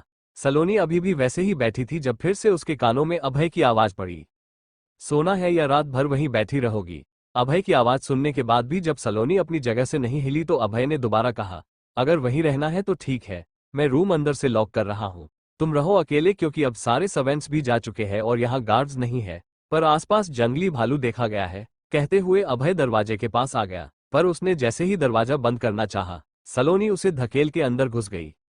सलोनी की इस हरकत पर अभय के होंठों पर स्माइल आ गई, जिसे उसने फौरन छुपा लिया और पलटकर सलोनी की तरफ देखा जो बेड पर लेटी खुद को ब्लैंकेट से कवर कर रही थी। अभय ने रूम अंदर से लॉक किया और सलोनी की तरफ वापस पलट गया, जो सर से पांव तक खुद को ढके बेड पर लुढ़की हुई थी। अभय के कदम उसकी तरफ ही बढ़ गए। सलोनी को अभय के कदमों की आवाज साफ सुनाई दे रही थी। उसने अपनी मुट्ठियों में ब्लैंकेट के सिरे को मजबूती से पकड़ लिया। अभय सलोनी के नजदीक आया और उसने झटके से सलोनी के ऊपर से ब्लैंकेट खींच लिया। सलोनी एकदम से उठ बैठी और अभय को घूरने लगी। अभय ने सलोनी को पूरी तरह से इग्नोर कर दिया और जाकर उसके बगल में लेट गया और खुद को उसने पूरी तरह से ब्लैंकेट से कवर कर लिया। अभय की इस हरकत से सलोनी का मुंह खुला का खुला ही रह गया, पर अभय को तो मानो उससे कोई फर्क ही नहीं पड़ा। वहीं सलोनी अभी भी हैरानी से अभय को घूर रही थी। उसे होश तब आया जब अभय ने उससे लाइट्स ऑफ करने के लिए कहा। अभय के ऐसे ऑर्डर देने की वजह से सलोनी चिढ़ गई और उसने उसके पीठ पर अपने दोनों पैर रखे और वैसी तिरछी बेड पर लेटते हुए बोली, मैं तुम्हारी नौकर नहीं हूं समझे, खुद जाकर लाइट्स बंद करो। अभय ने खुद पर से ब्लैंकेट हटाया और उसी पल सलोनी के पैर भी उसने खुद पर से हटाकर उसे ही अपने करीब खींच लिया। तुम फिर से मुझे सिड्यूस करने की कोशिश कर रही हो, अभय ने सलोनी के चेहरे को गौर से देखते हुए कहा। तुम हो रहे हो, सलोनी ने भी उसी टोन में जवाब दिया। अभय कुछ पल सलोनी को देखता रहा, फिर बेड के बगल में लगे स्विच को ऑफ कर दिया जिससे पूरा कमरा अंधेरे में डूब गया। इतना अंधेरा, सलोनी ने आसपास देखते हुए कहा, तो अभय ने उसके करीब जाकर दूसरी स्विच ऑन कर दी जिससे रूम में हल्की नीली रोशनी फैल गई। वाव सो रोमांटिक, सलोनी ने अपनी पलकें झपकाते हुए कहा। छत पर छोटे छोटे सितारे चमक रहे थे। वहां का माहौल ऐसा था मानो वो लोग खुले आसमान के नीचे हो। अभय ने कुछ पल सलोनी को एकटक देखा, फिर आराम से लेटते हुए बोला, अब अपना मुंह बंद करके सो जाओ। उसकी बात सुनकर सलोनी का मुंह बन गया। और ना सोऊं तो, सलोनी ने चीढ़कर कहा, तुम्हारी मर्जी, मुझे बहुत नींद आ रही है, अभय ने कहा और करवट लेकर लेट गया। तुम इतनी दूर सोने आते हो, सलोनी ने हैरानी से पूछा। इतनी रात को लोग सोते हैं पर तुम जैसे लोग तांडव करते हैं, अभय ने शांति से कहा। पर सलोनी ने चीढ़कर गुस्से से उसकी तरफ देखा और अपना हाथ उसका गला दबाने के लिए बढ़ा दिया। उसका हाथ अभी अभय के करीब पहुंचा ही था कि उसी पल अभय ने भी पलटकर उसे देखा और उसकी इस हरकत पर ने अभय की आंखें छोटी हो गई। तुम मुझे मारना चाहती हो, अभय ने सलोनी को घूरते हुए कहा। नहीं तो, सलोनी ने अपनी बत्ती सी चमकाते हुए कहा। फिर उसने अपने हाथ पीछे खींच लिए, पर अब की बार अभय ने उसे खींचकर अपने सीने से लगा लिया। उसकी पकड़ इतनी मजबूत थी कि सलोनी चाहकर भी नहीं हिल सकती थी। सलोनी ने एक गहरी सांस ली और अपनी आंखें बंद कर ली। उसकी बाहें भी अभय के इर्द गिर्द थी। कुछ ही देर में सलोनी गहरी नींद में सो चुकी थी। ये महसूस करते ही अभय ने अपनी आंखें खोल ली और सलोनी की तरफ देखा जो आराम से उससे लिपटी सो रही थी। हल्का सा सिर नीचे करके अभय ने उसका माथा चूम लिया और उसे अच्छे से सुला के खुद बेड से उतर गए। उसने एक नज़र फिर सोई हुई सलोनी पर डाली और फिर रूम से बाहर चला गया। अभय के कदम उस रूम के सामने जाकर रुके, जो रूम सलोनी ने खोलकर देखा ही नहीं था। अभय ने दरवाजा खोला और अंदर गया। वो रूम पूरी तरह से अंधेरे में डूबा हुआ था, पर अभय ने जैसे ही रूम में कदम रखा, रूम की लाइट्स ऑन हो गई। सामने कुर्सी पर बंधा निहान बेजान सा पड़ा था और उसके अगल बगल में दो हटे कट्टे मुस्टंडे खड़े थे। अभय ने निहान की हालत देखी तो उसके चेहरे पर मुस्कान आ गई। कल की पड़ी मार से निहान को अब तक होश नहीं आया था। इसे ले जाकर इसके घर के सामने फेंक दो, अभय ने उन दो आदमियों से कहा जो उसके सामने सिर झुकाए खड़े हुए थे। उन दोनों आदमियों ने अपना सिर हिला दिया और निहान को कुर्सी से नीचे गिरा दिया। अभय वहीं खड़ा था जब वो दोनों आदमी निहान को घसीटते हुए ले जा रहे थे। निहान अभी भी बेजान सा पड़ा था। जब वो दोनों आदमी अभय की आंखों के सामने से ओझल हो गए तो अभय वापस अपने रूम की तरफ बढ़ गया। रूम में आकर अभय ने फिर से सलोनी को अपनी बाहों में भर लिया और अपनी आंखें बंद कर ली। सुबह के करीब 6 बज रहे थे जब निधि की आंख खुली। उसने अपनी पलकों को झपकाते हुए अपने बगल में सोए मान की तरफ देखा, जो सुकून से उसे अपनी बाहों में समेटे हुए सो रहा था। निधि ने खुद को मान से छुड़ाने की कोशिश की। इस कोशिश का नतीजा ये हुआ कि मान ने उस पर अपनी पकड़ और कस दी। निधि कसमसा कर रह गई। उसने फिर से मान के चेहरे पर नजर डाली तो वो अभी भी सो रहा था। निधि कुछ पल उसे घूरती रही, तभी मान की पलकों पर हल्के से हरकत हुई, जिसे देख अनायास ही निधि के लब मुस्कुरा उठे और उसने आगे बढ़कर मान की हल्की हिलती पलकों को चूम लिया।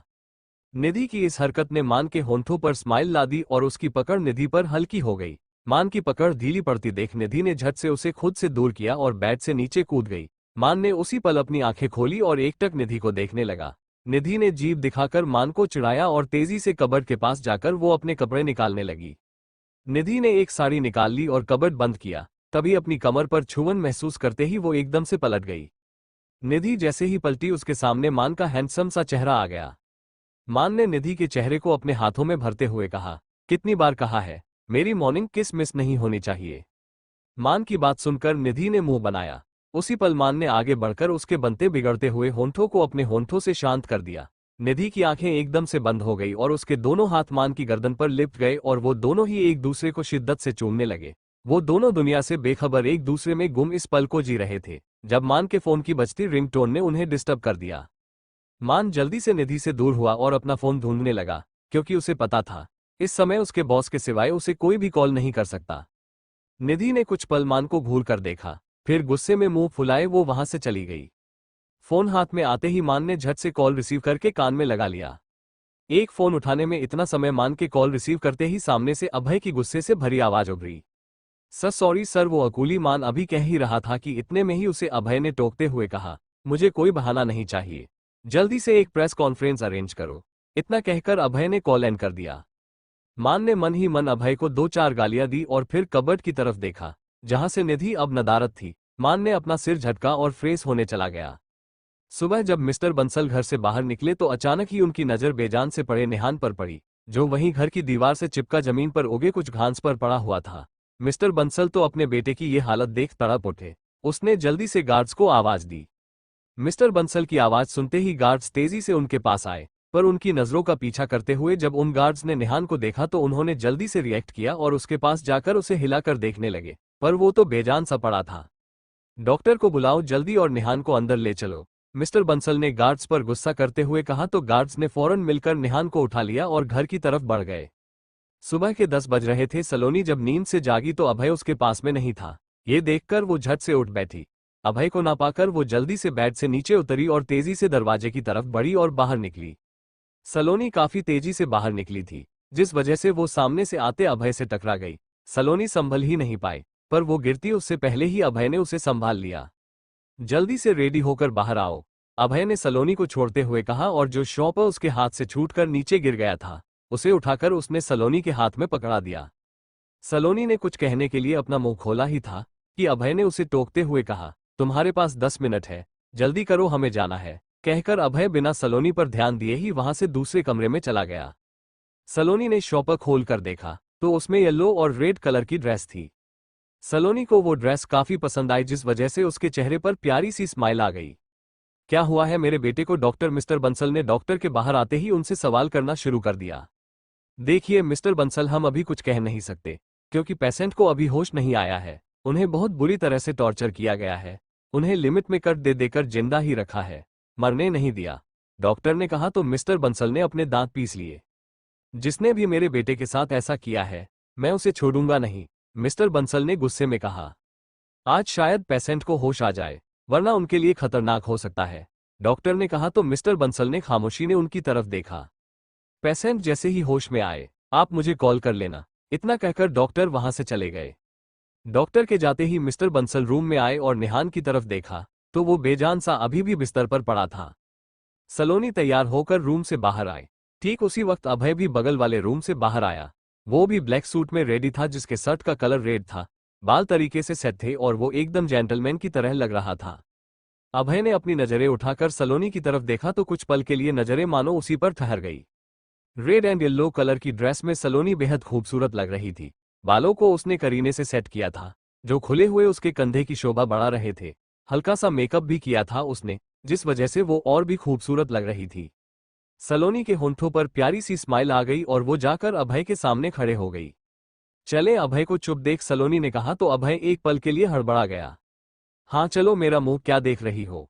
अभय ने सलोनी को घूरते हुए कहा तो सलोनी का मुंह हैरानी से खुल गया। वो अभय को ही देख रही थी, जबकि वो अपनी बात कहकर पलटकर बाहर जाने लगा था। सलोनी जल्दी से अपने सेंस में वापस आई और अभय के पीछे गई। अभय बाहर निकलता उससे पहले ही सलोनी ने उसका हाथ पकड़कर पीछे खींच लिया। अभय सलोनी की इस हरकत से हैरान था। उसने हैरानी से सलोनी की तरफ देखा तो सलोनी ने उसे खुद से पीछे किया और उसे घूरते हुए खुद उससे आगे निकल गई। अभय ने अपना सिर नामे हिलाया और वो भी उसके पीछे चला गया। वो दोनों अभय की गाड़ी में बैठकर वहां से चले गए। प्लीज आप सब शांत हो जाइए, गार्ड्स उधर से कवर करो। मान परेशानी से अपने सामने मौजूद भीड़ को संभालने की नाकाम सी कोशिश कर रहा था। ना जाने पब्लिक को कहां से खबर लग गई थी कि अभय सिंह राठौर उस हॉल में आने वाला है। अंदर रिपोर्टर्स की भीड़ थी तो वहीं बाहर ना संभलने वाली पब्लिक की भीड़। सारे गार्ड्स मिलकर पब्लिक को हैंडल कर रहे थे। कुछ देर बाद ही हॉल के बाहर 5 गाड़ियां आकर रुकी। सबसे शुरू की गाड़ी से गार्ड्स बाहर आए, जिन्होंने दूसरे और तीसरे नंबर में मौजूद गाड़ियों का दरवाजा खोला। पीछे मौजूद दोनों गाड़ियों से गार्ड्स बाहर आ चुके थे और वो सब भीड़ को पीछे करने लगे। दूसरे नंबर में मौजूद कार से सुगंधा जी, आरती और अनी बाहर आए। अनी आरती की गोद में थी और अपनी पलकों को झपकाते हुए वो मासूमी से इस भीड़ को देख रही थी। उनके ठीक पीछे मौजूद गाड़ी से अभय और सलोनी बाहर आए तो सारी पब्लिक मानो बेकाबू हो गई, पर गार्ड्स ने जल्द ही उन्हें संभाल लिया। अभय ने सलोनी का हाथ थामा और सबके बीच से वो हॉल के अंदर चला गया। सलोनी तो इतनी भीड़ देखकर ही अनकंफर्टेबल हो गई थी। वो सिर झुकाए आराम से चल रही थी। ये तो न्यूज वाली लड़की है। भीड़ में से एक अनजान आवाज ने सबका ध्यान अपनी तरफ खींच लिया और सब सलोनी को गौर से देखने लगे और एक बार फिर वो न्यूज वाली बात हेडलाइन बनने के लिए तैयार थी। आरती, सुगंधा जी और अनी पहले ही हॉल में जा चुके थे। ये घटिया लड़की ऐसे पब्लिक में एएसआर के साथ क्यों है? एक लड़की की गुस्से से भरी आवाज भीड़ से आई तो अभय ने गुस्से से पलट कर देखा, पर कोई नहीं बता सकता था कि इतने लोगों में ये बात आखिर कही किसने थी। सरमान अभय के पास आया तो अभय ने उसे गुस्से से घूर कर देखा। अभय को इतने गुस्से में देख मान के आगे के शब्द उसके गले में ही अटक कर रह गए। बोलो भी। मान को ऐसे चुप देख अभय ने बेहद गुस्से में कहा। सब रेडी है सर, आप जल्दी चले, मान ने जल्दी से कहा। अभय ने सलोनी की तरफ देखा जो अभी भी नीचे देख रही थी। फिर अभय ने वापस से मान की तरफ देखा और फिर उससे कुछ बात करके अभय सलोनी को लेकर हॉल में बैक साइड से एंटर हुआ। पीछे एक पर्दा लगा हुआ था जिसके उस पार स्टेज था और सामने रिपोर्टर्स की भीड़ जो कुर्सी पर बैठे आपस में ना जाने क्या क्या चर्चा कर रहे थे। लगभग आधे घंटे बाद आप सबके सवालों के जवाब खुद एएसआर आपसे रूबरू होकर देंगे, मान ने स्टेज पर आते हुए कहा और उसके साथ ही अभय भी सलोनी के साथ स्टेज पर था। उसने वहां लगी चेयर पर सलोनी को बिठा दिया। क्या इस अफवाह में जरा भी सच्चाई है कि मिस सलोनी आपकी मिस्ट्रेस है? सामने से एक लेडी रिपोर्टर ने तुरंत अपना सवाल दाग दिया, जिस वजह से अब अभय को गुस्सा आ रहा था। देखिए, पहले आप सभी शांत हो जाएं। अभय को गुस्सा होते देख मान बीच में बोल पड़ा। सर, तभी दूसरे रिपोर्टर ने अपनी जगह से उठते हुए अपना मुंह खोला पर मान के इशारे पर एक गार्ड ने उसे वापस उसकी जगह पर बिठा दिया। अगले ही पल अभय सबके सामने अपने दोनों हाथ पॉकेट में डाले खड़ा था। आप सबको बस इतना ही जानना है ना कि सलोनी से मेरा रिश्ता क्या है? अभय ने रिपोर्टर्स की तरफ देखते हुए सवाल किया। वहीं ये सब लाइव दिखाया जा रहा था और इत्तेफाक से इस वक्त ये सब निहान के उस रूम में भी चल रहा था जहां इस वक्त निहान बेजान सा पड़ा था। अभय के सवाल करने से रिपोर्टर्स ने फौरन हामी भर दी। मिस सलोनी, बल्कि मैं आपको इनका पूरा नाम बताना चाहता हूँ। मिट माई वाइफ मिसेज सलोनी अभय सिंह राठौर। और ये सब कब हुआ ये भी जानना आप सभी के लिए बेहद जरूरी है, क्योंकि तभी तो आप सब आगे का शॉक बर्दाश्त कर पाएंगे। अभय ने सामने मौजूद रिपोर्टर्स के खुले हुए मुंह को देखते हुए कहा। अभय की शादी की बात सबके लिए शॉकिंग न्यूज थी। वहां मौजूद भीड़ भी बाहर लगे बड़े से पर्दे में सब देख रही थी। बेहतरीन साउंड सिस्टम की वजह से वॉइस भी क्लियर थी और अभय की बोली बात लगभग सभी के कानों में पहुंच चुकी थी और अब सब काफी हद तक शांत हो चुके थे। कुछ लड़कियों का तो मानो दिल ही टूट गया था। अभय का कहना अभी भी जारी था। मेरी शादी को आज पूरे 6 साल हो चुके हैं। इस बात को सीक्रेट रखने के लिए मैंने एक कॉन्ट्रैक्ट साइन किया था, जिस वजह से मुझे अपनी वाइफ कहते हुए अभय एक पल के लिए रुका। उसने सामने देखा तो सामने मौजूद रिपोर्टर्स बहुत ध्यान से उसे सुन रहे थे, जिस वजह से मुझे अपनी वाइफ और अपनी बच्ची से दूर रहना पड़ा और उन्हें सबसे छुपाना पड़ा। अभय ने अपनी बात पूरी की तभी एक रिपोर्टर ने सामने आते हुए हैरानी से कहा, सर क्या आपकी डॉटर भी है? यस, मेरी बच्ची, मेरी अनी। अभय ने अनी की तरफ देखा जो सामने मौजूद चेयर पर गार्ड से घिरी अपनी दादी के साथ थी। अभय का इशारा पाते ही वो तेजी से स्टेज की तरफ भागी और उसे भागते देख अभय भी तेजी से उसकी तरफ आ गया। अनी के पास पहुंचकर अभय ने उसे अपनी बाहों में उठा लिया और स्टेज पर चढ़ गया। अनी ने खुशी से ताली बजाई तो अभय मुस्कुरा उठा। मेरी जान अनी, अभय ने सामने देखते हुए कहा। इस वक्त अभय के चेहरे में दुनिया जहान की खुशी थी। अभय की स्माइल ऐसी थी कि जितने भी लोग उसे देख रहे थे सबके फेस पर खुद ब खुद स्माइल आ गई थी। पर अभय को देखने वाले कुछ शख्स ऐसे भी थे जिन्हें अभय की स्माइल और खुशी दोनों ही चुभ रही थी। निहान को कुछ देर पहले ही होश आया था और वो टीवी में मौजूद अभय को गुस्से से घूर रहा था और साथ में मिस्टर बंसल भी। अभय की शादी की बात तो हर जुबान पर हॉट टॉपिक बनी हुई थी और लगभग एक हफ्ते तक हर न्यूज चैनल पर बस यही खबर छाई हुई थी। दूसरी तरफ न्यूज देख देखकर निहान ने अपना आधा खून जला लिया था और आधा तो पहले ही अभय ने जला दिया था। उसे अभय पर बेहद गुस्सा आ रहा था। अगर वो उसके सामने हो तो उसकी गर्दन ही मोड़ के फेंक दे। फिलहाल इस एक हफ्ते में बेहद ख्याल के बाद वो अब काफी हद तक ठीक था और अभय से बदला लेने के लिए तैयार भी। सलोनी अपने गीले बालों को झटका देते हुए रूम से बाहर आई जब अभय से वो बेहद बुरी तरह से टकरा गई। सलोनी का ध्यान अपने बालों पर था और अभय का उसके फोन पर, जिससे वो अभी मान को कॉल करने वाला था। अचानक टकराने की वजह से सलोनी तो दीवार का सहारा लेकर बच गई पर अभय पीछे की तरफ गिर गया। अभय पीठ के बल नीचे गिरा पड़ा था। अभय को ऐसे गिरते देख सलोनी एक पल के लिए चौंक गई, पर अगले ही पल उस रूम में हंसी गूंज उठी और हंसने वाली अकेली सलोनी ही नहीं बल्कि उसके साथ अनी भी शामिल थी। पापा गिर गए, अनी ने हंसते हुए कहा और अभय के पास आ गई। पर जब उसने अभय के हाथ में लाल निशान देखे तो उसका हाथ पकड़कर बेहद प्यार से और रुवासी होकर बोली, पापा को चोट लग गई। अनी की बात सुनकर सलोनी की हंसी में भी ब्रेक लग गया और वो भी अभय के पास आ गई। पहले तो उनके हंसने पर अभय नाराज था, पर उनकी केयर देखकर उसके चेहरे पर मुस्कुराहट आ गई, पर अगले ही पल उसने अपनी मुस्कुराहट छुपा ली। अभय ने नाराजगी से अपना हाथ पीछे लेते हुए कहा, कुछ नहीं हुआ है, कहकर अभय झट से उठ गया। अभय सलोनी ने कुछ कहना चाहा, पर उससे पहले ही अभय अपना फोन लेकर रूम से बाहर निकल गया।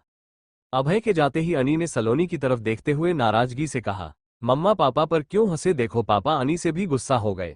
अनी ने बेहद मासूमी से कहा। अनी की बात सुनकर सलोनी हैरानी से मुंह खोले उसे ही देख रही थी। क्या वो अकेले हंस रही थी? अनी अपने छोटे छोटे पैरों से बाहर भाग गई और सलोनी का मुंह बन गया। उसने मन ही मन बड़बड़ाते हुए कहा, बाप का असर हो रहा है इस पर भी। तुम तो हर बात पर रूठ जाती हो, मैं रूठा तो तुम मना नहीं पाओगी सच में? मान ने रूठी हुई निधि के चेहरे को गौर से देखते हुए कहा। मान की बात सुनकर निधि ने उसे घूरते हुए कहा, रूठ कर दिखाना जरा। मैं तो मजाक कर रहा था, मान ने दांत दिखाते हुए कहा और निधि के करीब जाकर उसका हाथ पकड़ते हुए बोला, चलो अब माफ भी कर दो उस गलती के लिए जो मुझे पता भी नहीं। मान के ऐसे कहने पर निधि को एक पल के लिए हंसी आ गई, पर उसने अपनी हंसी छुपा ली और सीरियस होकर कहा, तुम कहना क्या चाहते हो? नहीं कुछ भी नहीं, मैं तो कह रहा था चलो शॉपिंग पर चलते हैं। मान ने इतना कहा ही था कि तभी उसका फोन बज पड़ा। निधि और मान दोनों ने एक साथ फोन की स्क्रीन की तरफ देखा तो वहां बॉस फ्लैश हो रहा था। आज तो तुम छुट्टी पर थे ना, निधि ने चीढ़ कर कहा और वहां से चली गई। मान ने लाचारी से जाती हुई निधि को देखा और फिर मन ही मन अभय को कोसते हुए उसने कॉल रिसीव कर लिया। तुमने मेरी टिकट बुक क्यों नहीं की अब तक? अभय ने गुस्से में कहा। सॉरी सर, मैं बताना भूल गया था, आपकी फ्लाइट कैंसिल हो गई थी, इसलिए मैंने आपके लिए दूसरे फ्लाइट की टिकट बुक कर दी है और आपको मेल भी कर दिया है। आपकी फ्लाइट आज की बजाय कल की है। मान ने अपनी बात पूरी की ही थी कि तभी उसे एहसास हुआ कि कॉल कट हो चुका है। तभी उसके फोन की स्क्रीन पर एक एमएसजी उभरा, तुम्हारी आज की छुट्टी कैंसिल। एमएसजी पढ़ते ही मान ने ना जाने कौन कौन सी गालियां अभय को दे डाली। फ्लाइट कैंसिल हुई तो उसमें मेरी क्या गलती? मान ने लाचारी से मन ही मन कहा। पापा अनी दौड़ते हुए अभय के पास आई और उसकी गोद में चढ़ गई। अभय ने मुस्कुराकर उसे जल्दी से थाम लिया तो अनी अभय का हाथ देखने लगी। कुछ नहीं हुआ है बच्चा, अभय ने अनी के गाल पर प्यार से हाथ रखते हुए कहा तो अनी मुस्कुरा दी। भाई कब आएगा पापा? अनी ने सवाल किया तो अभय की नजर सीढ़ियों से नीचे उतरती सलोनी पर टिक गई। वहीं अनी का सवाल सुनकर सलोनी के कदम भी थिरक गए, जबकि आरती और सुगंधा जी मंद मंद मुस्कुरा रही थी। बोलो ना पापा, अनी को भाई के साथ खेलना है और स्कूल भी जाना है। अनी ने जब अभय को खामोश देखा तो फिर पूछा। अभय के होंठों पर एकदम से स्माइल आ गई और उसने सलोनी की तरफ देखकर शरारत से कहा, बहुत जल्द। अभय की बात सुनकर सलोनी उसे घूरने लगी थी, जबकि बाकियों के चेहरे की चमक ही बता रही थी कि वो कितने खुश है। अनी ने एकदम से अभय की गर्दन पर अपनी बाहें डाली और झूलते हुए बोली, सच्ची पापा अनी का भाई जल्दी आएगा ना? अनी ने जैसे कन्फर्म करना चाहा। बिल्कुल, अभय ने अनी को पकड़ लिया और उसे अपनी गोद पर बिठाकर बोला, ये अनी का भी भाई होगा, फिर वो अनी की सारी बात मानेगा और अनी को दीदी भी बोलेगा। अनी बोलते हुए बेहद खुश लग रही थी। उसे इतना खुश देखकर सलोनी के होंठों पर भी मुस्कान बिखर गई। वो अनी को देखने में इतनी खो गई कि उसे अभय के उसके पास आने का एहसास ही नहीं हुआ। एक हफ्ता है तुम्हारे पास, मेरे वापस आने का वेट करो, मुझे तुम्हारा जवाब जानना है। इतना कहकर अभय सलोनी से दूर हुआ और फिर बिना किसी की तरफ देखे वो घर से बाहर निकल गया। सलोनी बस अभय की पीठ को घूरती ही रह गई। अभय ने वहां से जाने के बाद से सलोनी से एक बार भी बात नहीं की थी और ना ही उससे कोई कांटेक्ट किया। वो घर पर सभी से बात करता था, पर सलोनी से नहीं। सलोनी भी अपनी जिद के चलते अभय से बात नहीं करती थी, पर दोनों का ही मन एक दूसरे से बात करने का और देखने का होता था। ना इन दिनों सलोनी कहीं बाहर गई, क्योंकि अब उसका नाम अभय के साथ जुड़ चुका था और उसे अकेले कहीं भी जाने की परमिशन नहीं थी, जिस वजह से सलोनी को अभय पर बेहद गुस्सा भी आता था। दिन बीत रहे थे और इन दिनों सलोनी और चीड़ चीड़ करने लगी थी। कभी कभी तो वो अनी को भी बेवजह ही डांट देती, फिर खुद ही उसकी फेवरेट डिश बनाकर या फिर उसे कहीं बाहर ले जाकर मना भी लेती थी। दिन बीतते गए और वो दिन भी आ गया जब अभय वापस आने वाला था। सर एएसआर आज वापस आ रहे हैं, एक आदमी ने निहान के सामने सिर झुकाते हुए कहा, जो उसके सामने खड़ा था। निहान ने अगले ही पल उस आदमी को एक जोरदार पंच जड़ दिया। तुम्हारी हिम्मत भी कैसे हुई इस अभय को इतनी इज्जत देने की? तुम मेरे लिए काम करते हो, ये बात हमेशा याद रखना। निहान ने गुस्से में उस आदमी से कहा तो उस आदमी ने हाँ में अपनी गर्दन हिला दी। अब निकलो यहां से। और हाँ, अभय जिंदा अपने घर नहीं पहुंचना चाहिए, उसकी सो कॉल्ड वाइफ को उसकी लाश मिलनी चाहिए। निहान ने गुस्से में अपने दांत पीसते हुए कहा। निहान की बात सुनते ही वो आदमी उसी वक्त वहां से भाग गया। हम हनीमून के लिए कब जाएंगे? मान निधि ने मान से शिकायती लहजे में कहा। अरे मेरी जान, पहले उस जल्लाद को तो आने दो, उससे छुट्टी की अर्जी करनी है, फिर हम पूरे महीने के लिए हनीमून पर जाएंगे, मान ने अपनी शर्ट के बटन्स लगाते हुए कहा। मान की बात सुनकर निधि का मुंह बन गया। अभय के ना होने की वजह से वो और ज्यादा बिजी हो गया था। तैयार होने के बाद मान निधि के पास आया जो कबर्ड में कपड़े सेट कर रही थी। मान ने निधि के पीछे आकर उसे अपनी बाहों में भर लिया। मान निधि ने धीमे से उसे पुकारा, पर मान सिवाय अभय के किसी की सुने तब ना। अच्छा, हम पूरे 2 महीने के लिए बाहर चलेंगे, मान ने निधि को अपनी तरफ घुमाते हुए कहा तो निधि उसे देखने लगी। निधि को ऐसे देख मान ने अपनी भवें उचकाई। सच्ची, निधि ने बेहद मासूमी से पूछा। मुच्ची कहते हुए मान जैसे ही निधि के होंठों की तरफ झुका, निधि ने उसे धकेलते हुए कहा, पहले छुट्टी कंफर्म करके आओ। ये गलत है, मान ने नाराजगी से कहा, पर निधि बिना उसके सुने ही वहां से चल दी। निधि के जाते ही मान ने घड़ी में टाइम देखा, फिर बड़बड़ाते हुए वो घर से सीधे एयरपोर्ट के लिए निकल गया, अभय को लेने। ब्लैक सूट पहने अपने पूरे रॉब में अभय अपने कुछ ट्रेन गार्ड के साथ एयरपोर्ट से बाहर आया। किसी को अभय के आने या जाने की कोई खबर नहीं थी, पर जैसे ही वहां मौजूद पब्लिक ने अभय को देखा तो वो खुशी से उसकी तरफ बढ़ गई। गार्ड्स बीच में आने लगे, पर अभय ने उन्हें अपने हाथ के इशारे से रोक दिया। अभय ने अपने फैंस के साथ कई सारी सेल्फीज ली और उन्हें अपना ऑटोग्राफ भी दिया। वहां मौजूद सारे लोग खुश थे और अभय भी। जो अभय हमेशा पब्लिक के सामने सीरियस रहता था, वो आज मुस्कुरा रहा था। कुछ देर बाद जब अभय की नजर मान पर पड़ी तो वो उसकी तरफ बढ़ गया। इस बार गार्ड्स ने अभय को रास्ता दिया। मान तो दूर खड़ा हैरानी से अभय को ही देख रहा था। उसे ऐसा लग रहा था जैसे सामने उसका बॉस नहीं, बल्कि उसका कोई हमशक्ल हो। अभय मान के सामने आया और उसने उससे गाड़ी की चाबी लेते हुए कहा, ड्राइविंग मैं करूंगा, तुम गार्ड्स के साथ दूसरी गाड़ी में आ जाओ। अभय के इस ऑर्डर से मान को यकीन हो गया कि ये उसका ही बॉस है। अभय की बात मानकर मान वहां से गार्ड के पास चला गया। अभय गाड़ी में बैठकर तेजी से वहां से निकल गया। अभय के जाते ही गार्ड्स के साथ मान भी उसके पीछे निकल गया। अभय मुस्कुराते हुए कार ड्राइव कर रहा था। ड्राइव करते हुए उसने अपनी पॉकेट में हाथ डाला और एक छोटा सा बॉक्स निकालकर उसे देखा। उसे देखते ही अभय की स्माइल और गहरी हो गई। उसने वो बॉक्स वापस अपनी पॉकेट में डाला और मुस्कुराकर सामने देखते हुए वापस से ड्राइव करने लगा। रेड एंड ब्लैक कलर के सूट में तैयार हुई सलोनी आज रोज से काफी अलग लग रही थी। उसके कान में बार बार एक ही बात गूंज रही थी, 1 हफ्ता है तुम्हारे पास मेरे वापस आने का, वेट करो, मुझे तुम्हारा जवाब जानना है। कानों में बाली डालते हुए सलोनी ने एक बार आईने में खुद को निहारा। वो आज बेहद खूबसूरत लग रही थी। सीढ़ियों से उतरते हुए जब सलोनी नीचे आए तो सुगंधा जी के साथ आरती भी हैरानी से उसे देखने लगी। तुम कहीं जा रही हो बेटा? आरती ने सवाल किया। ये सवाल सुनते ही सलोनी झेप गई। मम्मी तो बहुत ब्यूटीफुल लग रही है, अनी को भी ऐसी ड्रेस चाहिए। अनी नन्हे कदमों से सलोनी के पास भागकर आ गई और उसके पैरों से लिपट गई। उसे सलोनी का सूट बहुत भाया था।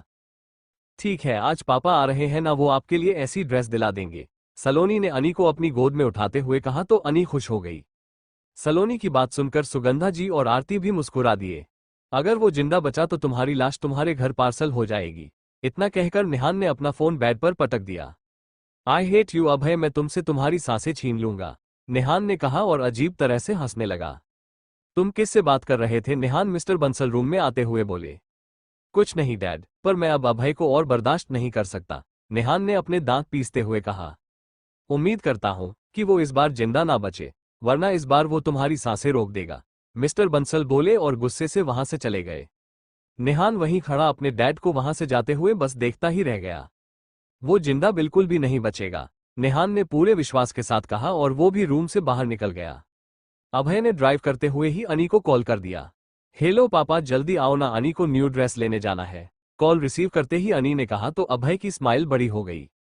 पापा जल्दी आ रहे हैं बेटा, और पापा आपको बहुत सारी न्यू ड्रेस भी दिलाएंगे और टॉयज भी, अभय ने कहा तो अनी खुशी से बोली। लव यू पापा, वो भी बहुत सारा वाला।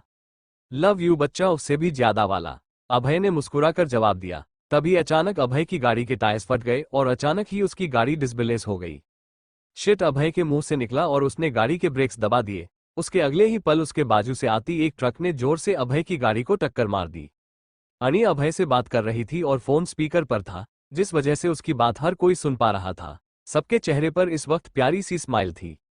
शिट अभय की आवाज आए। अभय के रिएक्शन ने सबका ध्यान अपनी तरफ खींच लिया।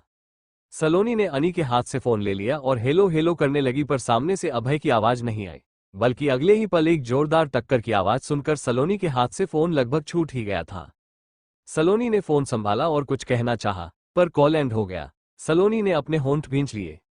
सुगंधा जी और आरती भी किसी अनहोनी के डर से फोन की तरफ देख रही थी। सलोनी ने जल्दी से अभय को कॉल बैक किया, पर कोई फायदा नहीं, अभय का फोन स्विच ऑफ हो चुका था। सलोनी ने उसी पल मान को कॉल किया। रिंग जा रही थी और सलोनी बेसब्री से मान के कॉल रिसीव करने का वेट कर रही थी, पर सामने से पूरी रिंग जाने के बाद भी कॉल रिसीव नहीं किया गया। तो अब सलोनी के साथ साथ सुगंधा जी और आरती भी परेशान हो गए। वहीं अनी मासूमी से सलोनी को देख रही थी। उसे तो कुछ समझ ही नहीं आ रहा था कि हुआ क्या। पापा चुप क्यों हो गए मम्मा? कुछ पल की खामोशी के बस अनी ने मासूमी से सलोनी से सवाल किया। पापा को काम था बेटा, आप रूम में जाओ, सलोनी ने प्यार से कहा तो अनी ने हाँ में अपना सिर हिला दिया और वहां से चली गई। अनी के जाते ही सलोनी घर के बाहर जाने लगी जब पीछे से आरती ने उससे पूछा, तुम कहाँ जा रही हो बेटा? अभय के पास सलोनी ने बिना पलटे ही जवाब दिया और तेजी से बाहर चली गई। आरती ने सलोनी को रोकना चाहा पर वो पहले ही बाहर निकल चुकी थी। ड्राइवर के साथ सलोनी एयरपोर्ट के लिए निकल गई। अपने सामने का नजारा देखते ही मान की सांसें अटक गई। वो टक्कर बहुत तेज थी, जिस वजह से अभय की गाड़ी सीधे खाई में जा गिरी। ये मंजर देखते ही किसी का भी दिल दहल जाता। गार्ड ने फौरन गाड़ी रोकी और मान तेजी से गाड़ी के बाहर आया। कुछ गार्ड्स ट्रक के पीछे गए पर कुछ ही दूर पर जाकर वो ट्रक डिसबैलेंस होकर एक छोटे से चट्टान जैसे पत्थर से टकराया और उसके अगले ही पल वो वहां मौजूद पेड़ से टकराकर रुक गया। गार्ड ने तुरंत ट्रक के ड्राइवर को पकड़ा और उसकी गर्दन पर वार करके उसे बेहोश कर दिया ताकि वो उससे बाद में निपट सके। मान वहां खड़ा नीचे पड़ी गाड़ी को देख रहा था। फिर कुछ सोचते हुए वो खुद नीचे उतरने लगा, पर गार्ड्स ने उसे रोकते हुए कहा, हम देख कर आते हैं सर, आप यहीं रुकिए। मान ने अपनी गर्दन हिला दी। उसने जरा भी ध्यान नहीं दिया कि उसका फोन कितनी ही बार बजकर बंद हो चुका है। किसी को कहीं जाने की जरूरत नहीं है। अचानक आई इस आवाज से सब भौचक्के हो गए और तुरंत ही उनकी नजर अभय पर गई, जो एक पेड़ का सहारा लिए खड़ा था। उसके चेहरे से ही पता चल रहा था कि वो कितने दर्द में है। अभय के सिर पर चोट लगी थी जिससे खून बह रहा था। वो उन सबसे ज्यादा दूर नहीं था। मान और गार्ड्स फौरन दौड़कर अभय के पास गए और उसे घेर कर खड़े हो गए। अभय ने खुद को संभाला और अपने माथे पर आता खून उसने अपने हाथ से पोंछते हुए गुस्से में मान से कहा, ये किसका काम है पता करो। उसके हाथ पर भी चोट आई थी। कांच के कुछ टुकड़े अभय की गर्दन पर चुभ गए थे, जिसकी वजह से वहां काफी सारे कट लग गए थे। चेहरे पर भी कई जगहों से कट लग गई थी। उसके बावजूद वो अभी भी पहले की ही तरह बेहद सीरियस और गुस्से में था। मान ने जल्दी से अभय की बाह पकड़नी चाही पर अभय पीछे हो गया। जल्द से जल्द मुझे वो शख्स मेरे सामने चाहिए जिसने ये किया है, क्योंकि ये सब पहले से ही प्लान था। तो जल्दी अपना काम करो, अभय ने मान को घूरते हुए गुस्से में कहा। पर सरमान ने अपना मुंह खोला ही था कि अभय को ऐसे खुद को घूरते देख उसने अपना मुंह बंद कर लिया। उसी पल एक गार्ड ने ट्रक ड्राइवर को अभय के सामने पटक दिया। सर, ये ट्रक का ड्राइवर है जिसने आपकी गाड़ी को टक्कर मारी थी, उस गार्ड ने कहा। तो अभय ने उस ड्राइवर को घूर कर देखा, जिसकी वजह से आज का उसका स्पेशल दिन खराब हो गया था। अभय ने एक जोरदार लात उस बेहोश पड़े ड्राइवर को मारा और उस गार्ड की तरफ देख के बोला, इसे होश में लाओ और पूछो इससे कि ये काम किसका है। इतना कहकर अभय ने मान को अपने साथ चलने का इशारा किया और खुद गाड़ी की तरफ बढ़ गया। मान भी जल्दी से अभय के पीछे गया और गार्ड्स वाली गाड़ी की ड्राइविंग सीट पर बैठ गया और अभय उसके बगल में। गार्ड्स ने कॉल करके दूसरी गाड़ी मंगवा ली थी। मान ने जल्दी से फर्स्ट एड बॉक्स निकाला और जैसे ही अभय की तरफ देखा, अभय ने उससे वो बॉक्स लगभग छीनते हुए कहा, ड्राइव करो, मुझे जल्दी घर पहुंचना है। तुम ऐसा करो, घर में कॉल कर दो तो वो लोग परेशान नहीं होंगे। जब उस ट्रक ने गाड़ी को टक्कर में थी तो मैं कॉल पर था, अभय ने कहा। तो मान ने अपना सिर हिला दिया और अपनी पॉकेट से अपना फोन निकाल लिया। तभी उसका फोन ना जाने कब से बज रहा था, एक बार फिर बज पड़ा। मान ने अभय की तरफ देखा तो अभय उसके फोन की स्क्रीन पर ही देख रहा था। अनी का नाम फ्लैश हो रहा था। अनी का नाम देखते ही अभय ने मान के हाथ से उसका फोन लगभग छीन लिया। स्टूपिड, तुम मेरा फोन क्यों नहीं उठा रहे थे? मुझे जल्दी बताओ अभय इस वक्त कहाँ है और तुम कहाँ हो? अभय के कॉल रिसीव करते ही सलोनी ने उसे मान समझते हुए उससे गुस्से में कहा, तुम कहाँ हो? अभय ने एकदम से पूछा तो सलोनी एकदम से चुप पड़ गई। उसे तो जैसे कुछ समझ ही नहीं आया। अभय कुछ पल की शांति के बाद सलोनी के मुंह से धीरे से निकला। उसके साथ ही सलोनी ने ड्राइवर को गाड़ी रोकने के लिए कहा, स्टॉप द कार। इससे पहले अभय सलोनी को जवाब देता, उसके कानों में सलोनी की आवाज पड़ी। मैं एयरपोर्ट आ रही थी, सलोनी ने जवाब दिया। हम जहां हो वहीं रहो, मैं आ रहा हूं, अभय ने कहा। तो सलोनी ने बिना किसी आर्ग्यू के हामी भर दी और उसने उसे अपना लोकेशन सेंड कर दिया। कुछ देर बाद अभय की गाड़ी सलोनी की गाड़ी के पास आकर रुकी और अभय गाड़ी से बाहर आ गया। अगले ही पल अभय गाड़ी से बाहर आ गया। अभय को देखते ही सलोनी भी गाड़ी से बाहर आ गई। अभय के जख्म अभी भी वैसे ही थे। उसने उन्हें कॉटन और डिटॉल से साफ किया था, पर फिर भी जख्म अभी भी ताज़ा थे और उनसे हल्की हल्की ब्लीडिंग हो रही थी। अभय को देखते ही सलोनी भी जल्दी से गाड़ी से बाहर आए, पर अगले ही पल अभय की हालत देख वो एक पल के लिए ठिठक गई। सलोनी को ऐसे खड़े देख अभय ही उसकी तरफ चला आया। तुम कहाँ जा रही थी? अभय ने सलोनी के पास आते ही उससे सवाल किया। अभय की बात सुनकर सलोनी नासमझी में उसे देखने लगी। इतना तैयार होकर एयरपोर्ट जा रही थी तो कहीं तो जा ही रही होगी। सलोनी के एक्सप्रेशन देखकर अभय ने उससे पूछा। सलोनी ने अभय के सवाल को अनसुना कर दिया और उसके पास आकर उसकी चोट देखते हुए बोली, ये क्या हुआ? एक्सीडेंट, अभय ने नॉर्मली कहा। फिर मान की तरफ देखकर उन्हें वहां से जाने का कहकर उसने सलोनी का हाथ पकड़ा और उसकी गाड़ी के पास आ गया और उसे गाड़ी में बिठाकर खुद दूसरी तरफ से आकर उसके पास बैठ गया। अभय का एटीट्यूड या उसके चलने का तरीका देखकर जरा भी नहीं लग रहा था कि अभी अभी उसकी गाड़ी को किसी ट्रक ने टोकर मारा है और वो एकदम नॉर्मल बिहेव कर रहा था। अभय ने ड्राइवर से घर चलने के लिए कहा और सिर सीट से टिका लिया। सलोनी अभय को ही देख रही थी। उसके होंठ हिले पर वो कुछ कह नहीं पाए। उसने अभय के हाथ की तरफ अपना हाथ भी बढ़ाया पर फौरन पीछे भी खींच लिया। पर उसी पल अभय ने अपनी आंखें खोली और सलोनी के कुछ भी समझने से पहले ही उसने उसे खींचकर अपने सीने से लगा लिया। सलोनी का मुंह खुला का खुला रह गया और आंखें हैरानी से फैल गई। सलोनी को ऐसे हक करने की वजह से अभय को दर्द तो हुआ पर उसने उसे नजरअंदाज कर दिया। अभय, सलोनी ने फिर से उसे पुकारा। हग मी प्लीज, अभय ने धीरे से कहा। तो सलोनी एक पल के लिए चौंक गई पर अगले ही पल उसने अभय पर अपनी पकड़ कस दी। दर्द की वजह से अभय ने अपनी आंखें भींच ली। ऐसा नहीं था कि अभय को डर नहीं लगा। एक पल के लिए उसे ऐसा लगा मानो उसने सब कुछ खो दिया। उस पल उसे सिर्फ अपनी छोटी सी फैमिली का ही ख्याल आया था।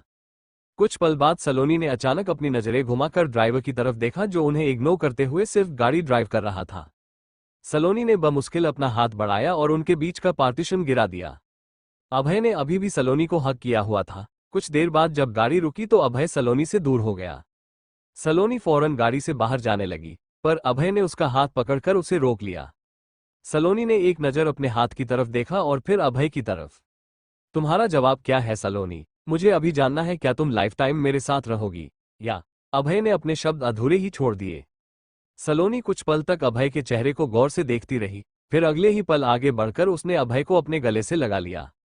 मैं हमेशा तुम्हारे साथ रहना चाहती हूँ अभय, पर प्लीज आगे से इतने दिनों के लिए हमें छोड़कर कहीं मत जाना, सलोनी ने कहा। तो अभय तो जैसे अपने सारे दर्द भूल गया और उसने सलोनी पर अपनी पकड़ और कसते हुए कहा, मैं अब कभी तुम्हें छोड़कर कहीं नहीं जाऊंगा, प्रोमिस। अभय की बात सुनकर सलोनी मुस्कुरा दी। अब चलो, घर में सब परेशान है, सलोनी ने कहा और उसे खुद से दूर करने लगी। अभय सलोनी से दूर तो हुआ पर उसने उसे छोड़ा बिल्कुल भी नहीं था। अभय हल्के से मुस्कुराया। इससे पहले सलोनी उसकी इस अजीब सी स्माइल की वजह समझ पाती, तब तक बहुत देर हो चुकी थी। अभय के होंठ उसके गुलाबी होंठों से जा मिले थे और वो सलोनी को पैशनेटली किस कर रहा था। सलोनी तो एक पल के लिए जम ही गई थी। अभय सलोनी से दूर हुआ और उसके माथे से अपना माथा टीका कर बोला, आज एक पल के लिए ऐसा लगा मानो मैं फिर कभी तुमसे अनी दादी या माँ से मिल ही नहीं पाऊंगा। इतने देर से अपने दिल में दबाई बात आखिरकार अभय की जुबान में आ ही गई। अभय की बात सुनते ही सलोनी की पकड़ अभय की कॉलर पर कस गई। तभी अभय की नजर अपनी दादी और मां पर पड़ी जो अनी को लिए उन्हीं के पास आ रहे थे। ये देखते ही अभय फौरन सलोनी से अलग हो गया। सलोनी ने नासमझी में अभय की तरफ देखा पर अगले ही पल उसकी नजरों का पीछा करने पर उसे मां और दादी दिखे तो वो फौरन गाड़ी से बाहर आ गई और अभय भी। गाड़ी की आवाज तो सबने पहले ही सुन ली थी पर सलोनी तो अंदर ही आएगी कहकर वो लोग तुरंत बाहर नहीं आए। पर जब काफी देर तक वो दोनों नहीं आए तो आरती, सुगंधा जी और अनी खुद ही बाहर आ गए। अभय को अपने सामने देख वो सब खुश थे पर उसके चेहरे पर लगी छूट और उसके कपड़े की हालत देख वहां मौजूद सभी लोग परेशान हो गए, खासकर अनी। पापा को चोट लगी, अनी ने रूवासा होकर कहा। तो अभय ने अपने कदम अनी की तरफ बढ़ा दिए। कुछ घंटों बाद डॉक्टर अभय को चेक करके जा चुके थे। जब डॉक्टर ने उसे चेक किया तो उसे सिर्फ चेहरे पर ही नहीं बल्कि और भी जगह पर चोट लगी थी। दवा और बैंडेज की वजह से अभय को चीड़ मच रही थी। ऊपर से वो इस वक्त रूम में शर्ट लेस था और घर के सब लोग उस रूम में मौजूद थे। जब से अनी ने उसे नंगू पनगू कहा था तब से ही उसे सबके सामने ऐसे रहना बिल्कुल भी पसंद नहीं था। हालांकि आज अनी कुछ नहीं कह रही थी। उसके पापा को इतनी सारी चोट जो लगी थी, अपनी दादी को गोद से उतर के वो अपने पापा के पास चली गई। पापा को दर्द हो रहा है? अनी ने बेहद मासूमी से पूछा। नहीं, पापा तो स्ट्रांग है ना, अभय ने कहा। तो अनी ने मुस्कुराकर हामी भर दी और उसने अपनी बाहें फैला दी। सलोनी ने अनी को रोकना चाहा पर उससे पहले ही अभय ने उसे उठा लिया। अनी ने मुस्कुराते हुए अभय के दोनों गालों को चूमते हुए कहा, अनी के पापा तो सबसे ज्यादा स्ट्रांग है। अनी की बात सुनकर वहां मौजूद सभी के चेहरे पर स्माइल आ गई। रात होते होते अभय काफी हद तक बोर हो चुका था। डिनर के बाद वो रूम में रेस्ट कर रहा था जब उसका फोन बज उठा। अभय ने स्क्रीन की तरफ देखा तो वहां मान का नाम देखते ही उसने फौरन कॉल रिसीव कर लिया। बोलो। कॉल रिसीव करते ही अभय ने कहा, उस ड्राइवर को एक आदमी ने हायर किया था। हाल ही में वो जेल से छूटा था और अब वो वापस जेल में है। पर इन सब के पीछे निहान का हाथ है। उसने ही उस आदमी को आपको मारने के लिए कहा था। मान ने कहा तो अभय की आंखें गुस्से से छोटी हो गई। उस आदमी को बाहर निकलवाओ और उससे कहो कि वो निहान को मार दे। उसकी फैमिली तो होगी ना, उसे ब्लैकमेल करो। मुझे निहान की मौत उसके ही हाथों चाहिए जिसके हाथों उसने मेरी मौत चाही। ये काम कल ही हो जाना चाहिए। अभय ने मान को ऑर्डर दिया और कॉल एंड कर दिया। मान ने लाचारी से अपने हाथ में मौजूद फोन को देखा। मेरी छुट्टी, मान ने मन ही मन बेहद अफसोस से कहा और चला गया अपना ऑर्डर पूरा करने। आज निहान को उस आदमी का कॉल आया था जिसे उसने अभय को मारने के लिए कहा था। वो आदमी निहान को धमकी दे रहा था और उस आदमी ने निहान से 10 लाख की भी मांग की थी। निहान तो वैसे भी उसके लिए चिढ़ा हुआ था क्योंकि उसने अपना काम पूरा नहीं किया था और अब उसकी चीड़ इतनी बढ़ गई थी कि वो उसे मारने के इरादे के साथ उससे मिलने के लिए निकल गया। न्यूज में अभी भी अभय पर हमले की खबर फ्लैश हो रही थी, पर किसी को हमलावर के बारे में नहीं पता था क्योंकि वो जेल से फरार हो चुका था।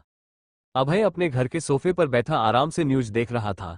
उसने अपने जख्म पर से सारे बैंडेज निकाल दिए थे क्योंकि उनकी वजह से उसे बेहद इरिटेशन हो रही थी। तभी अचानक से न्यूज की जगह टीवी पर मोटू पतलू चलने लगा। अभय ने फौरन अपनी नजरें घुमाई तो उसके बगल में अनी बैठी थी और उसके हाथ में रिमोट था। साथ ही वो अपनी चमकती आंखों से मोटू पतलू देख रही थी। समोसे अनी ने मोटू की नकल की और हंसने लगी। मम्मा अनी को भी समोसे खाने हैं, अनी ने सलोनी से कहा जो अभय के लिए पानी लेकर आई थी। ये सब हेल्थ के लिए ठीक नहीं है, कहते हुए अभय ने जैसे ही अनी से रिमोट लेना चाहा, अनी ने झट से अपने हाथ पीछे करते हुए कहा, नहीं पापा, अभी अनी को मोटू देखना है। अनी की इस हरकत पर सलोनी हंस दी तो अभय उसे घूरने लगा। अभय को ऐसे देख सलोनी ने भी उसे घूरा और पानी का ग्लास उसके होंठों पर लगा दिया। अभय की आंखें हैरानी से बड़ी हो गई और उसने एक ही सांस में पूरा पानी पी लिया। सलोनी मुस्कुराते हुए वहां से चली गई। मम्मा समोसे, अनी ने चिल्लाकर सलोनी से कहा और फिर मोटू को समोसे खाते हुए देखने लगी। अभय ने एक नज़र मोटू पतलू को देखा, फिर अपना सिर झटक कर वो अपना फोन लिए अपने रूम की तरफ बढ़ गया। कुछ ही देर में सलोनी ने अनी के सामने गर्म गर्म समोसे रख दिए। अनी खुशी से सोफे से कूद गई और टेबल में मौजूद समोसे को जैसे ही उठाना चाहा, सलोनी ने उसे टोक दिया। अभी रुक जाओ बच्चे, गो गर्म है। अनी ने बुरा सा मुंह बनाया और समोसे को घूरने लगी। उसे ऐसे देखकर लग रहा था मानो वो मन ही मन समोसे को धमका रही थी कि वो जल्दी से ठंडा हो जाए। अनी अभी समोसे को घूर ही रही थी कि तभी किसी ने वो प्लेट उठा ली। अनी ने समोसे की प्लेट पकड़े इंसान की तरफ देखा तो वो उसके अपने पापा थे। पापा, अनी को समोसे चाहिए, अनी ने मासूमी से कहा। रुको बेटा, पापा को चेक तो करने दो कि ये टेस्टी बना है नहीं। इतना कहकर अभय ने एक समोसा उठा और अपने मुंह में डाल लिया। अनी पलकें झपकाते हुए अभय को देखने लगी। एक समोसा खत्म करने के बाद अभय ने जब दूसरा समोसा उठा तो अनी आगे बढ़कर अभय की पेंट खींचने लगी। अभय ने प्लेट रखी और अनी को गोद में लिए वो वहीं सोफे पर बैठ गया और खुद अपने हाथों से उसे समोसे खिलाने लगा। अनी भी मजे से समोसे खा रही थी। अभी ये समोसे हेल्थ के लिए ठीक नहीं थे और अब देख लो। सलोनी अभय को देखकर बड़बड़ाई तो आरती और सुगंधा जी हंस दी। दादी माँ सलोनी ने मुंह बनाया और वहां से चली गई। अभय जो अनी को समोसे खिलाने में बिजी था, अचानक से उसका फोन बज उठा और अभय ने अनी को समोसे की प्लेट थमा दी और अपना फोन उठाकर उसकी स्क्रीन पर देखने लगा। अनी ने कुछ नहीं कहा और समोसे खाते हुए वो टीवी देखने लगी। मान का नाम देखते ही अभय ने अनी को गोद से उतार दिया और उसके माथे पर प्यार से किस करके कहा, पापा अभी आ रहे हैं बच्चे। इतना कहकर अभय फोन लिए अपने रूम में चला गया। निहान को उस आदमी ने एक अंडर कंस्ट्रक्शन बिल्डिंग में बुलाया था। कुछ ही समय में निहान उस बिल्डिंग के बाहर था। वो जगह काफी सुनसान थी। निहान ने अपनी पॉकेट में अपनी गन छुपाई और उस बिल्डिंग के अंदर चला गया। उसके हाथ में एक बैग भी था। तभी निहान का फोन बजने लगा। निहान ने गुस्से में फोन उठाते ही कहा, कहाँ हो तुम? तुम्हारे सामने। निहान ने अपनी नजरें उठाई तो सामने वही शख्स खड़ा था जिसे उसने हायर किया था और अभी वो उसे ही ब्लैकमेल कर रहा था। गुस्से की वजह से निहान की भवें इकट्ठी हो गई। वो आदमी निहान के पास आया और निहान के हाथ से बैग लेने के लिए उसने अपने हाथ बढ़ाए, पर निहान फौरन 2 कदम पीछे हुआ और उसने अपनी पॉकेट से गन निकाल ली। सामने मौजूद शख्स की नसें तन गई। उसी पल किसी ने निहान पर पीछे से हमला किया। निहान की आंखें एकदम से बड़ी हो गई और वो अपना सिर पकड़े वहीं गिर गया। उसके सिर पर बेहद भरी चीज से वॉर किया गया था। उस शख्स ने निहान के पीछे देखा तो वो वही ड्राइवर था जिसे उस शख्स ने अभय को मारने के लिए कहा था। उस शख्स ने आगे बढ़कर निहान की गर्दन पर चाकू से वॉर कर दिया और उसके हाथ से बैग लेकर वो वहां से निकल गया। बाहर आते ही वो दोनों एक गाड़ी में बैठे और गाड़ी वहां से निकल गई। उस गाड़ी में सामने ड्राइवर के साथ मान बैठा था। उसने उन दोनों आदमियों की तरफ एक ब्रीफकेस बढ़ाते हुए कहा, इसमें पैसे और तुम दोनों के साथ तुम दोनों की फैमिली के भी पासपोर्ट और टिकट्स है। आज रात ही यहां से चले जाओ। उन दोनों ने फौरन हामी भर दी। एक होटल के सामने उनकी गाड़ी रुकी और वो दोनों शख्स वहां से चले गए। उनके जाते ही मान ने अभय को कॉल किया। काफी देर बाद सामने से अभय ने कॉल रिसीव किया। काम हो गया सर, मान ने खुशी से कहा। गुड, इतना कहकर अभय ने कॉल कट कर दिया। अभय के कॉल कट करते ही मान के चेहरे में उतरी सारी खुशी हवा हो गई। उसने गुस्से में फोन को घूरते हुए कहा, किस मनहूस घड़ी में मैंने ये जॉब ज्वाइन की थी। इससे पहले मान अभय को भला बुरा कहता, उसके फोन की नोटिफिकेशन बजी। मान ने अपना फोन चेक किया तो उसका चेहरा खुशी से खिल गया, क्योंकि अभय ने उसे एमएसजी किया था। उसे पूरे 3 महीने की छुट्टी दी थी अभय ने, और एडवांस पेमेंट भी। मान ने खुशी से फोन को चूमते हुए कहा, आप बहुत अच्छे हैं सर। बगल में बैठा ड्राइवर मान को अजीब नजरों से देख रहा था। जब मान की नजर ड्राइवर पर पड़ी तो वो झेप गया, पर खुद को संभालते हुए उसने ड्राइवर से गाड़ी चलाने के लिए कहा। डिनर के बाद सभी अपने अपने रूम में सोने चुके थे। सलोनी भी अनी को लिए उसके रूम में जा रही थी कि तभी बीच में ही अभय ने उसका रास्ता रोकते हुए कहा, अनी को सुलाकर रूम में आओ। इतना कहकर अभय वहां से सीधे अपने रूम में चला गया और सलोनी उसे हैरानी से देखती ही रह गई। काफी देर तक अभय सलोनी का इंतजार करता रहा, पर जब सलोनी उसके पास नहीं आई तो वो उठा और रूम से बाहर निकल गया। अनी के रूम की लाइट्स ऑन थी तो उसके कदम उसी तरफ बढ़ गए। अभय जैसे ही अनी के रूम में आया, उसकी नजर अनी और सलोनी पर पड़ी। वो दोनों ही एक दूसरे को पकड़े आराम से सो रही थी। अभय के फेस पर प्यारी सी स्माइल आ गई और वो भी उनके पास जाकर लेट गया और उसने सलोनी को अपनी बाहों में भर लिया। कुछ ही देर में वो नींद की आगोश में था। तुम यकीन क्यों नहीं कर रही हो, तुम जहां कहोगी हम वहां चलेंगे। सच्ची, मान ने निधि की कलाई पकड़ते हुए कहा। पहले ले तो चलो, पता चला आधे रास्ते में ये फोन फिर बजा और तुम कहो, बेबी हम फिर कभी चलेंगे। निधि ने मुंह बनाते हुए कहा तो मान हंस पड़ा। मान को हंसते देख निधि का पारा और हाई हो गया। निधि गुस्से में वहां से जाने लगी, पर मान ने आगे बढ़कर उसकी कलाई पकड़ी और अपने करीब खींच लिया। निधि की आंखें हैरानी से बड़ी हो गई। मान ने प्यार से निधि के गालों को थामा और कहा, यू नो ना how much I love you. Nidhi ने तुरंत ना में अपनी गर्दन हिला दी तो मान मुस्कुरा दिया और उसने आगे बढ़कर निधि के दोनों गालों को चूम लिया। उसकी हरकत से निधि शर्माकर उसके सीने से लग गई। मान ने अपना फोन ऑफ कर दिया था और वो अपनी निधि के साथ छुट्टी पर कहाँ जा रहा है ये भी किसी को नहीं बताया था, क्योंकि अभय का क्या भरोसा, फोन बंद होने पर वो वहीं पहुंच जाता। 2 दिन बीत गए थे और मिस्टर बंसल अपने बेटे के ना मिलने से परेशान थे। उन्होंने पुलिस में कंप्लेंट भी की थी, पर पुलिस के हाथ भी कुछ नहीं लगा। 2 दिनों से सलोनी अभय के सामने ही नहीं आ रही थी और ना ही अभय को कोई मौका मिल पा रहा था। ऊपर से उसने मान को भी छुट्टी पर भेज रखा था और वो अपना फोन बंद किए बैठा था, जिस वजह से वो गुस्से में भी था। अब वो सलोनी को इग्नोर करने लगा, जिस वजह से अब सलोनी परेशान थी। और फिर 2 दिन और बीत गए। आप दोनों अनी को लेकर कहाँ जा रही है? सलोनी ने हैरानी से आरती और सुगंधा जी को देखते हुए कहा। आरती की गोद में अनी थी जिसके फेस पर क्यूट सी स्माइल थी।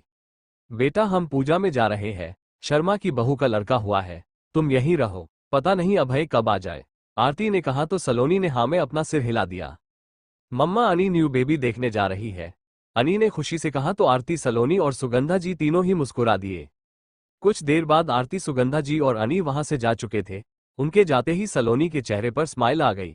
उसने जल्दी से एक सर्वेंट को बुलाया और उसे कुछ समझाने लगी। सलोनी की बात सुनते ही उस सर्वेंट ने हाँ में अपनी गर्दन हिलाई और वहां से चला गया। सर्वेंट के वहां से जाते ही सलोनी फौरन अपने रूम में चली गई। 3 लड़के छुपने के लिए उस अंडर कंस्ट्रक्शन बिल्डिंग में चले गए जहां निहान की लाश पड़ी हुई थी। 4 दिन हो जाने की वजह से उसकी हालत कुछ ज्यादा ठीक नहीं थी। वो लड़के जो दिखने में ही चोर उचक्के लग रहे थे, लाश देखकर घबरा गए और वहीं खड़े रह गए। जब 2 कांस्टेबल वहां पहुंचे तो वो भी लाश देख हैरान थे। उन्होंने जल्दी से पुलिस स्टेशन में कॉल किया और एक कांस्टेबल उन 3 लड़कों को पकड़ के वहां से ले गया, जबकि एक वहीं रहा। मिस्टर बंसल के सामने निहान की लाश पड़ी थी और वो नम आंखों के साथ उन्हें देख रहे थे। उनकी मुठियां कसी हुई थी। वो जानते थे कि ये सब किसने किया है। अब उनका इकलौता सहारा उन्हें छोड़कर जा चुका था। ऐसे में अब उन्हें किसी की परवाह नहीं थी। उनकी आंखें गुस्से से लाल हो चुकी थी और वो मन ही मन कुछ फैसला कर चुके थे। उन्होंने उसी पल किसी को कॉल किया और ऑर्डर देने के अंदाज में बात करके उन्होंने फोन कट कर दिया। अभय का रूम गुलाब की खुशबू से महक रहा था, क्योंकि पूरा कमरा लाल गुलाब से सजाया हुआ था और सलोनी मुस्कुराते हुए कैंडल्स जला रही थी। बेड के ऊपर जहां अभी अभी अभय ने अपनी छोटी सी फैमिली की बड़ी सी फोटो लगवाई थी, उसके जस्ट नीचे बेहद खूबसूरती से आई लव यू अभय लिखा हुआ था। कैंडल्स जलाकर सलोनी ने वहां मौजूद सर्वेंट को कुछ इशारा किया तो वो हामी भरते हुए वहां से चला गया। अभय अपनी इंडस्ट्री से निकल ही रहा था कि तभी उसका फोन बज पड़ा। अभय ने जैसे ही कॉल रिसीव किया, सामने से आवाज आई, सर निहान की बॉडी पुलिस को मिल गई है। और बंसल इस वक्त बेहद गुस्से में है। उसने किसी को कॉल करके आपकी फैमिली के हर मेंबर के ऊपर नजर रखने के लिए कहा है, और खासकर आप पर भी। सामने मौजूद शख्स की बात सुनते ही अभय की भवें इकट्ठी हो गई। ये बुढ़ा मुझसे एक और पाप करवाएगा, अभय ने कहा तो सामने मौजूद शख्स ने आगे कहा, सर सलोनी मैडम घर में अकेली है और बाकी के सब पूजा में गए हैं। आपके कहे मुताबिक सबके साथ सीक्रेट गार्ड्स है, वो पल पल की अपडेट हमें देते रहेंगे। हम्मम तुम हर मिनट की खबर मुझे देना, कहकर अभय ने कॉल एंड किया ही था कि उसका फोन दोबारा बज पड़ा। अभय ने तुरंत कॉल रिसीव कर लिया क्योंकि घर से कॉल था। सर वो सलोनी मैडम अचानक से बेहोश हो गई, हमने डॉक्टर को कॉल किया है, आप जल्दी आ जाए। सामने से सर्वेंट की आवाज आई तो अभय ने तुरंत कॉल एंड किया और गाड़ी में बैठकर वहां से निकल गया। ड्राइवर बेचारा वहीं खड़ा रह गया, वो बस जाती हुई गाड़ी को देखता ही रह गया। स्विट्जरलैंड एक बेहद खूबसूरत होटल के खूबसूरत कमरे की खिड़की खुली हुई थी। ठंडी ठंडी हवाओं की वजह से पर्दे उड़ रहे थे और उसी कमरे में मौजूद ड्रेसिंग के सामने निधि अपने बाल बना रही थी। बाल बनाकर जब वो पलटी तो मान को बेड पर बेसुध सा सोया देखकर उसे गुस्सा आ गया, क्योंकि जब से वो यहाँ आए थे एक ही रूम में बंद थे, बस खाना ऑर्डर करके खा रहे थे, और आज निधि को बाहर जाने का मन था और उसका पति परमेश्वर घोड़े हाथी सब बेचकर सो रहा था। एक तो खुद मान ने उसे इतने दिनों से ढंग से सोने नहीं दिया और अभी खुद चैन से सो रहा था, ऐसे में उसका गुस्सा लाजमी था। निधि ने मान के पास जाकर उसे आवाज दी पर मान करवट बदलकर फिर सो गया। उसकी इस हरकत पर निधि चिढ़ गई। उसने मान के बाल पकड़े, पर इससे पहले वो मान के बाल खींचकर उसे गंजा करती मान ने उसे उसकी कमर से पकड़ा और बेड पर गिरा दिया। इससे पहले निधि कुछ समझती मान झट से उसके ऊपर आ गया और उसके मुंह खोलने से पहले ही मान ने उसका मुंह अपने मुंह से बंद कर दिया और ब्लैंकेट खींचकर उसने दोनों को ढक दिया। अभय की गाड़ी सीधे उसके घर के सामने रुकी। उसी पल आरती, सुगंधा जी और अनी भी वहां पहुंच गए। अभय ने उन्हें कुछ नहीं बताया और तेजी से घर के अंदर चला गया। अंदर जाते ही अभय ने सामने खड़े सर्वेंट से सलोनी के बारे में पूछा तो उसने अभय के कमरे की तरफ इशारा कर दिया। अभय के ऐसे जाने से आरती, सुगंधा जी और अनी एक दूसरे का मुंह देखने लगी। फिर वो सब अंदर आए तो सर्वेंट ने आरती और सुगंधा जी को पूरी बात बता दी कि सलोनी मैम ने अभय सर को मनाने के लिए बेहोश होने का ड्रामा किया था। सर्वेंट की बात सुनकर आरती और सुगंधा जी ने एक नज़र अभय की तरफ देखा जो तेजी से अपने रूम की तरफ बढ़ रहा था। उसे देखकर आरती और सुगंधा जी मुस्कुरा दी और अनी को अपने साथ रूम में ले गई। अभय लंबे डग भरता हुआ अपने रूम के दरवाजे के पास पहुंचा और झटके से दरवाजा खोल के अंदर घुस गया। रूम में पहुंचते ही अभय हैरान था, क्योंकि रूम में सब तरफ सिर्फ कैंडल्स जल रही थी और एक भी खिड़की नहीं खुली थी, जिस वजह से रूम में अंधेरा था। अभय रूम के अंदर आया और उसने स्विच की तरफ अपना हाथ बढ़ाकर लाइट्स ऑन करना चाहा, पर उससे पहले ही किसी ने उसके पीछे से जोर से दरवाजा बंद कर दिया। अभय फौरन पलट गया। उसी पल सलोनी ने आगे बढ़कर उसे अपने सीने से लगा लिया। कैंडल्स की मध्यम सी रोशनी में अभय ने सलोनी को पहचान लिया। एक पल के लिए तो अभय भी सलोनी के इस रिएक्शन से हैरान था, पर अगले ही पल उसके लब मुस्कुरा उठे। सलोनी ने अभय के सीने से लगे हुए ही अपना सिर उठाकर उसकी तरफ देखा तो अभय की स्माइल बड़ी हो गई। मुझे लगा था तुम कुछ और दिन मुझे इग्नोर करने वाली हो। अभय की बात सुनकर सलोनी का मुंह बन गया। वो उसी पल अभय से अलग होने लगी, पर अभय ने उसे खुद में भींच लिया। बेशक पास आना तुम्हारी मर्जी हो, पर दूर जाने के लिए तुम्हें मेरी परमिशन लगेगी और वो तुम्हें मिलने से रही। कहते हुए अभय ने सलोनी पर अपनी पकड़ और कस दी और धीरे से बोला, वैसे ये रूम बहुत रोमांटिक लग रहा है, मानो हमारी फर्स्ट नाइट हो। अभय ने शरारत से सलोनी के कान में कहा तो सलोनी के कान गर्म हो गए। उसने अभय को आंखें दिखाई तो अभय ने उसकी आंखों में देखते हुए कहा, आई नो कि मैं बहुत ज्यादा हैंडसम हूं, पर ऐसे आंखें फाड़ के तो मत देखो, तुम्हारा ही हूं। अभय ने कहा तो सलोनी ने नाराज होकर उसके सीने पर हाथ मारना चाहा, पर अभय ने फुर्ती से उसका हाथ पकड़कर उसकी कमर से लगाया और उसे अपने करीब कर उसने उसके लबों को अपने होंठों के गिरफ्त में ले लिया। कुछ पल बाद जब वो दोनों एक दूसरे से अलग हुए तो सलोनी ने एकदम से अभय को अपने गले से लगा लिया। I love you, I really love you Saloni, Abhay ने सलोनी को अपनी बाहों में भरते हुए बेहद धीमी आवाज में कहा। मुझे कुछ सुनाई नहीं दिया, सलोनी ने अपना चेहरा उठाते हुए कहा, पर उसके होंठों की वो हल्की सी शरारती मुस्कान उसकी चुगली कर गई। सुनकर क्या करोगी, तुम मेरा प्यार महसूस कर लो, अभय ने भी बड़ी सी मुस्कान के साथ कहा तो सलोनी कंफ्यूज हो गई। अगले ही पल अभय दोबारा सलोनी के होंठों को चूमने लगा। सलोनी तो अभय के प्यार को महसूस करने से पहले शॉक ही हो गई थी। 15 से 20 मिनट बाद अभय ने सलोनी को छोड़ा तो सलोनी अब वहां से भागने के फिराक में थी, पर इससे पहले सलोनी वहां से भागती अभय ने उसे अपनी बाहों में उठा लिया। सलोनी अभय की हरकत से एकदम से हड़बड़ा गई। ये तुम क्या कर रहे हो, सलोनी ने हड़बड़ा कर पूछा। तुमने हमारी फर्स्ट नाइट की तैयारी की है, उसका फायदा उठा रहा हूं। वैसे भी अनी को उसका भाई भी देना और तुम ऑलरेडी काफी लेट कर चुकी हो। पर अब नहीं, कहते हुए अभय ने सलोनी को बेड पर लेटा दिया। सलोनी तो पलकें झपकाते हुए हैरानी से अभय को देखती ही रह गई और अभय उसके ऊपर झुक गया। पर अभी तो नाइट नहीं हुई, सलोनी के मुंह से हड़बड़ी में निकल गया। सलोनी की बात सुनकर अभय की स्माइल बड़ी हो गई और सलोनी ने अपनी जीभ चबाकर अपनी आंखें भींच ली। कोई बात नहीं, अब जरूरी तो नहीं कि तुम्हें प्यार करने के लिए अब मैं नाइट के आने का वेट करूं। कहते हुए अभय ने सलोनी के दोनों हाथों की उंगलियों को अपने दोनों हाथों की उंगलियों में कैद कर लिया और उसके चेहरे के करीब जाकर वो उसे किस करने लगा। सलोनी की आंखें एकदम से बंद हो गई और उसकी पकड़ अभय के हाथों में कस गई। डिनर का वक्त हो चुका था और अभय के साथ सलोनी अभी भी उसके रूम में ही थी। दादी मम्मा पापा कहाँ हैं? अनी ने आरती की गोद में चढ़ते हुए कहा। आरती और सुगंधा जी ने पहले एक दूसरे को देखा, फिर अभय के बंद कमरे को। उन्हें समझ ही नहीं आया कि वो अनी को क्या जवाब दे। बेटा, मम्मा पापा अभी काम से बाहर गए हैं, जब आ जाएंगे तो आप उन्हें अच्छे से डांटना। चलो अब आप खाना खा लो, सुगंधा जी ने कहा तो अनी ने मासूमी से कहा, अनी को भी बाहर जाना है, आइसक्रीम भी खाना है। अनी की बात सुनकर आरती ने प्यार से कहा, हम सुबह बाहर जाएंगे और आइसक्रीम भी खाएंगे, चलो अब खाना खाओ। बेहद नखरे के बाद अनी ने आखिर खाना खा ही लिया। उसे खाना खिलाकर सुगंधा जी अपने साथ ही ले गई और आरती भी उन्हीं के साथ आ गई। कुछ ही देर में वो तीनों सो चुकी थी।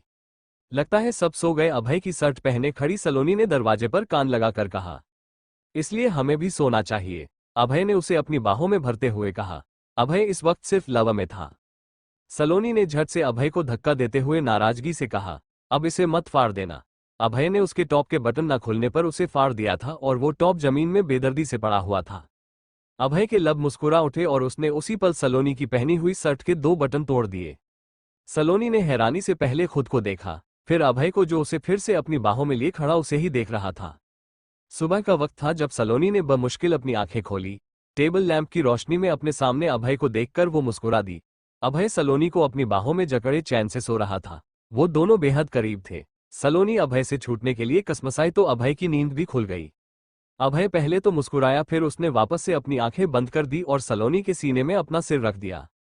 सलोनी ने पहले तो अभय को घूरा, फिर उसका सिर हटाते हुए बोली, अब हटो भी, अनी हमें ढूंढ रही होगी, अभी वो से रही होगी। कहते हुए अभय ने सलोनी को उसकी कमर से पकड़कर अपने और करीब कर लिया। अभय, सलोनी ने उसे घूरते हुए कहा। अभय ने मुस्कुराकर इस तरह से कहा कि सलोनी एकदम से चीड़ गई। मुझे वॉशरूम जाना है, सलोनी ने मासूम सा फेस बनाते हुए कहा तो अभय ने कुछ पल उसे गौर से देखा, फिर छोड़ दिया। सलोनी जल्दी से उठी। उसने जो शर्ट पहनी हुई थी उसके सारे बटन टूट चुके थे, इसलिए उसने शर्ट को अपने हाथ से पकड़ा हुआ था। सलोनी अभय के कबर्ड की तरफ आई और दूसरी शर्ट निकालकर पहन ली। आज ही अपना सामान तुम यहां शिफ्ट कर लो। अभय की आवाज सलोनी के कानों में पड़ी तो उसके कदम रुक गए। उसने अभय की तरफ देखा तो वो उसे ही देख रहा था, जिसके चेहरे पर मुस्कुराहट आना पाप था। उसके होंठों पर मुस्कान देख सलोनी खुद को मुस्कुराने से ना रोक पाई और मुस्कुराते हुए वो वहां से चली गई। सलोनी के जाते ही अभय ने कुछ पल के लिए अपनी आंखें बंद की, पर उसका हाथ अनायास ही अपने बेड के दूसरे हिस्से पर चला गया और उसने अपनी आंखें खोल ली और उठ बैठा। सलोनी रूम में पहुंची ही थी कि अचानक अपने सामने अनी को देख वो हड़बड़ा गई। मम्मा कहाँ से आ रही हो और मम्मा ने पापा जैसी ड्रेस क्यों पहनी है? सामने खड़ी अनी ने मासूमी से पूछा। मम्मा तो यही थी, वो बस पापा की ड्रेस पहनकर देख रही थी कि कैसी लगती है। सलोनी ने खुद को संभालते हुए जल्दी से जवाब दिया। अनी ने अपनी आंखों को गोल किया और मासूमी से बोली, अनी को भी पापा की ड्रेस चाहिए, अनी भी पापा की तरह बन जाएगी, ब्यूटीफुल। कहते हुए अनी के फेस पर लंबी सी स्माइल आ गई और उसकी बात सुनकर सलोनी को हंसी आ गई। हाँ बेटा, आपके पापा बहुत ब्यूटीफुल है, कहकर सलोनी ने अनी को गोद में उठा लिया। अनी को भी पापा के जैसा ब्यूटीफुल बनना है, डाइनिंग टेबल पर बैठी अनी ने अभय के आते ही कहा तो अभय हैरानी से अनी को देखने लगा, जबकि वहां मौजूद सलोनी की हंसी छूट गई। अभय ने जब सलोनी को घूर कर देखा तो वो अनजान सी चुपचाप अपना ब्रेकफास्ट करने लगी। ब्रेकफास्ट के बाद अभय बाहर जा रहा था, जब अनी ने जाते जाते उसका हाथ पकड़ते हुए कहा, अनी को भी पापा साथ जाना है। अनी की बात सुनकर अभय मुस्कुरा दिया और उसने अनी को अपनी गोद में उठा लिया। वो उसे लेकर बाहर निकल ही रहा था जब उसका फोन अचानक रिंग करने लगा। अभय ने कॉल रिसीव किया तो सामने से आवाज आई, सर बंसल ने रात में आपकी गाड़ी में बॉम्ब लगवा दिया था और अब वो खुद आपके घर के बाहर खड़ा आपके बाहर आने का इंतजार कर रहा है। वॉट? अभय ने गुस्से में कहा। यस सर, पर मैंने वो बॉम्ब वापस उसी की गाड़ी में फिट कर दिया है। सामने से आई इस आवाज से अभय के होंठों पर एक तीखी सी मुस्कान उभर गई। गुड कहकर अभय ने कॉल कट कर दिया और अनी के साथ बाहर निकल गया। अपनी गाड़ी लेकर जब अभय घर से बाहर निकला तो कुछ देर उसकी गाड़ी का किसी ने पीछा किया। अभय की नजर अपनी गाड़ी के पीछे आ रही गाड़ी पे ही थी। कुछ देर बाद वो गाड़ी एकदम से रुक गई। जब अभय की गाड़ी ऐसे रास्ते पर पहुंची जहां लोगों का आना जाना काफी कम था। अभय ने अपनी नजरें अभी भी नहीं हटाई थी। तभी कुछ दूर जाते ही अभय की गाड़ी के पीछे आती गाड़ी एकदम से ब्लास्ट हो गई। अभय ने एकदम से गाड़ी में ब्रेक लगाई और पीछे देखने लगा, पर उसने बाहर निकलकर देखने की जहमत नहीं उठाई। कुछ पल बाद अभय अपनी गाड़ी स्टार्ट करके वहां से चला गया। दिन बीतने लगे। बंसल ने दूसरी गाड़ी ली हुई थी, जिस वजह से उस गाड़ी और उसके मालिक का कुछ पता नहीं था। बंसल के सर्वेंट्स ने भी उसकी मिसिंग रिपोर्ट कर दी, पर उसका कहीं कुछ पता नहीं चला। मान भी अपनी छुट्टियों से वापस आ चुका था और फोन ऑन करते ही उसका फोन बज पड़ा। मान ने स्क्रीन की तरफ देखा, फिर निधि की तरफ जो इस वक्त उसे ही देख रही थी। मान ने अपने दांत चमकाए और जल्दी से कॉल रिसीव करते हुए वो बाहर निकल गया। मान को देखते ही निधि ने अजीब सा मुंह बना लिया और फिर उसने भी अपना फोन निकालकर अपनी मां को कॉल किया और अपने रूम में चली गई। तुम छुट्टी पर थे तो तुम्हें फोन बंद करने के लिए किसने कहा? अभय की आवाज जैसे ही मान के कानों में पड़ी, उसने मन ही मन कहा, अब मेरे फोन बंद करने से आपको क्या प्रॉब्लम है? मैं आपकी कोई बीवी तो नहीं। तुम्हें सुनाई दे रहा है? अभय ने गुस्से में कहा। तो मान ने एकदम से कहा, सॉरी सर, पर मेरा फोन खराब हो गया था। छुट्टी की वजह से मैंने जल्दी बनवाने दिया था, पर मोबाइल बनाने वाले ने जल्दी बनाया ही नहीं। मैं तो 2 से 3 बार मान अभी कह ही रहा था कि इतने में ही सामने से अभय ने गुस्से में उसे टोकते हुए कहा, बंद करो अपनी बहानेबाजी, समझ में आए बात, और अभी के अभी मेरे सामने पहुंचो। अभय की बात सुनते ही मान ने पहले बुरा सा मुंह बनाया, फिर जल्दी से बोला, यस सर। मान की बात सुनते ही अभय ने कॉल एंड कर दिया और मान बस फोन को घूरते ही रह गया। सलोनी जो काफी समय से अपना कोई सामान ढूंढ रही थी, उसने पूरे कमरे का कबाड़ा कर दिया था। वो अपने पैरों के पंजों के बल खड़ी होकर कबर्ड के सबसे ऊपर के सामान को देखने की कोशिश कर रही थी, जब अभय की गुस्से से भरी आवाज उसके कानों में पड़ी और वो सीधी खड़ी हो गई। व्हाट द हेल, तुम मेरी बात एक बार में क्यों नहीं सुनती? तुम्हें कोई भी काम करने से मना किया था ना मैंने? अभय ने सलोनी को घूरते हुए कहा। सलोनी ने मन ही मन कहा, इस खुन्नस को भी अभी आना था। अभय ने सलोनी के करीब आकर उसका हाथ थाम लिया और उसे वहां से बेड के पास ले आया और उसे बेड पर बिठाते हुए कहा, अब यहां से हिलना मत। इतना कहकर उसने घर के सर्वेंट्स को आवाज दी, ये कमरा मुझे 10 मिनट में साफ चाहिए। एक सर्वेंट के आते ही अभय ने उसे ऑर्डर देते हुए कहा, तो उस सर्वेंट ने अपना सिर हिला दिया और अपने काम में लग गया। अगर अब मैंने तुम्हें कोई ऐसी वैसी हरकत करते देखा ना तो मुझसे बुरा कोई नहीं होगा। अभय ने दोबारा सलोनी के पास आकर कहा तो सलोनी उसे घूरने लगी। मम्मा कहती हुई अनी दौड़ती हुई सलोनी के पास आए, पर इससे पहले वो सलोनी की गोद में चढ़ती। अभय ने उसे अपनी गोद में उठाते हुए कहा, बेटू अभी मम्मा को तंग नहीं करते ओके?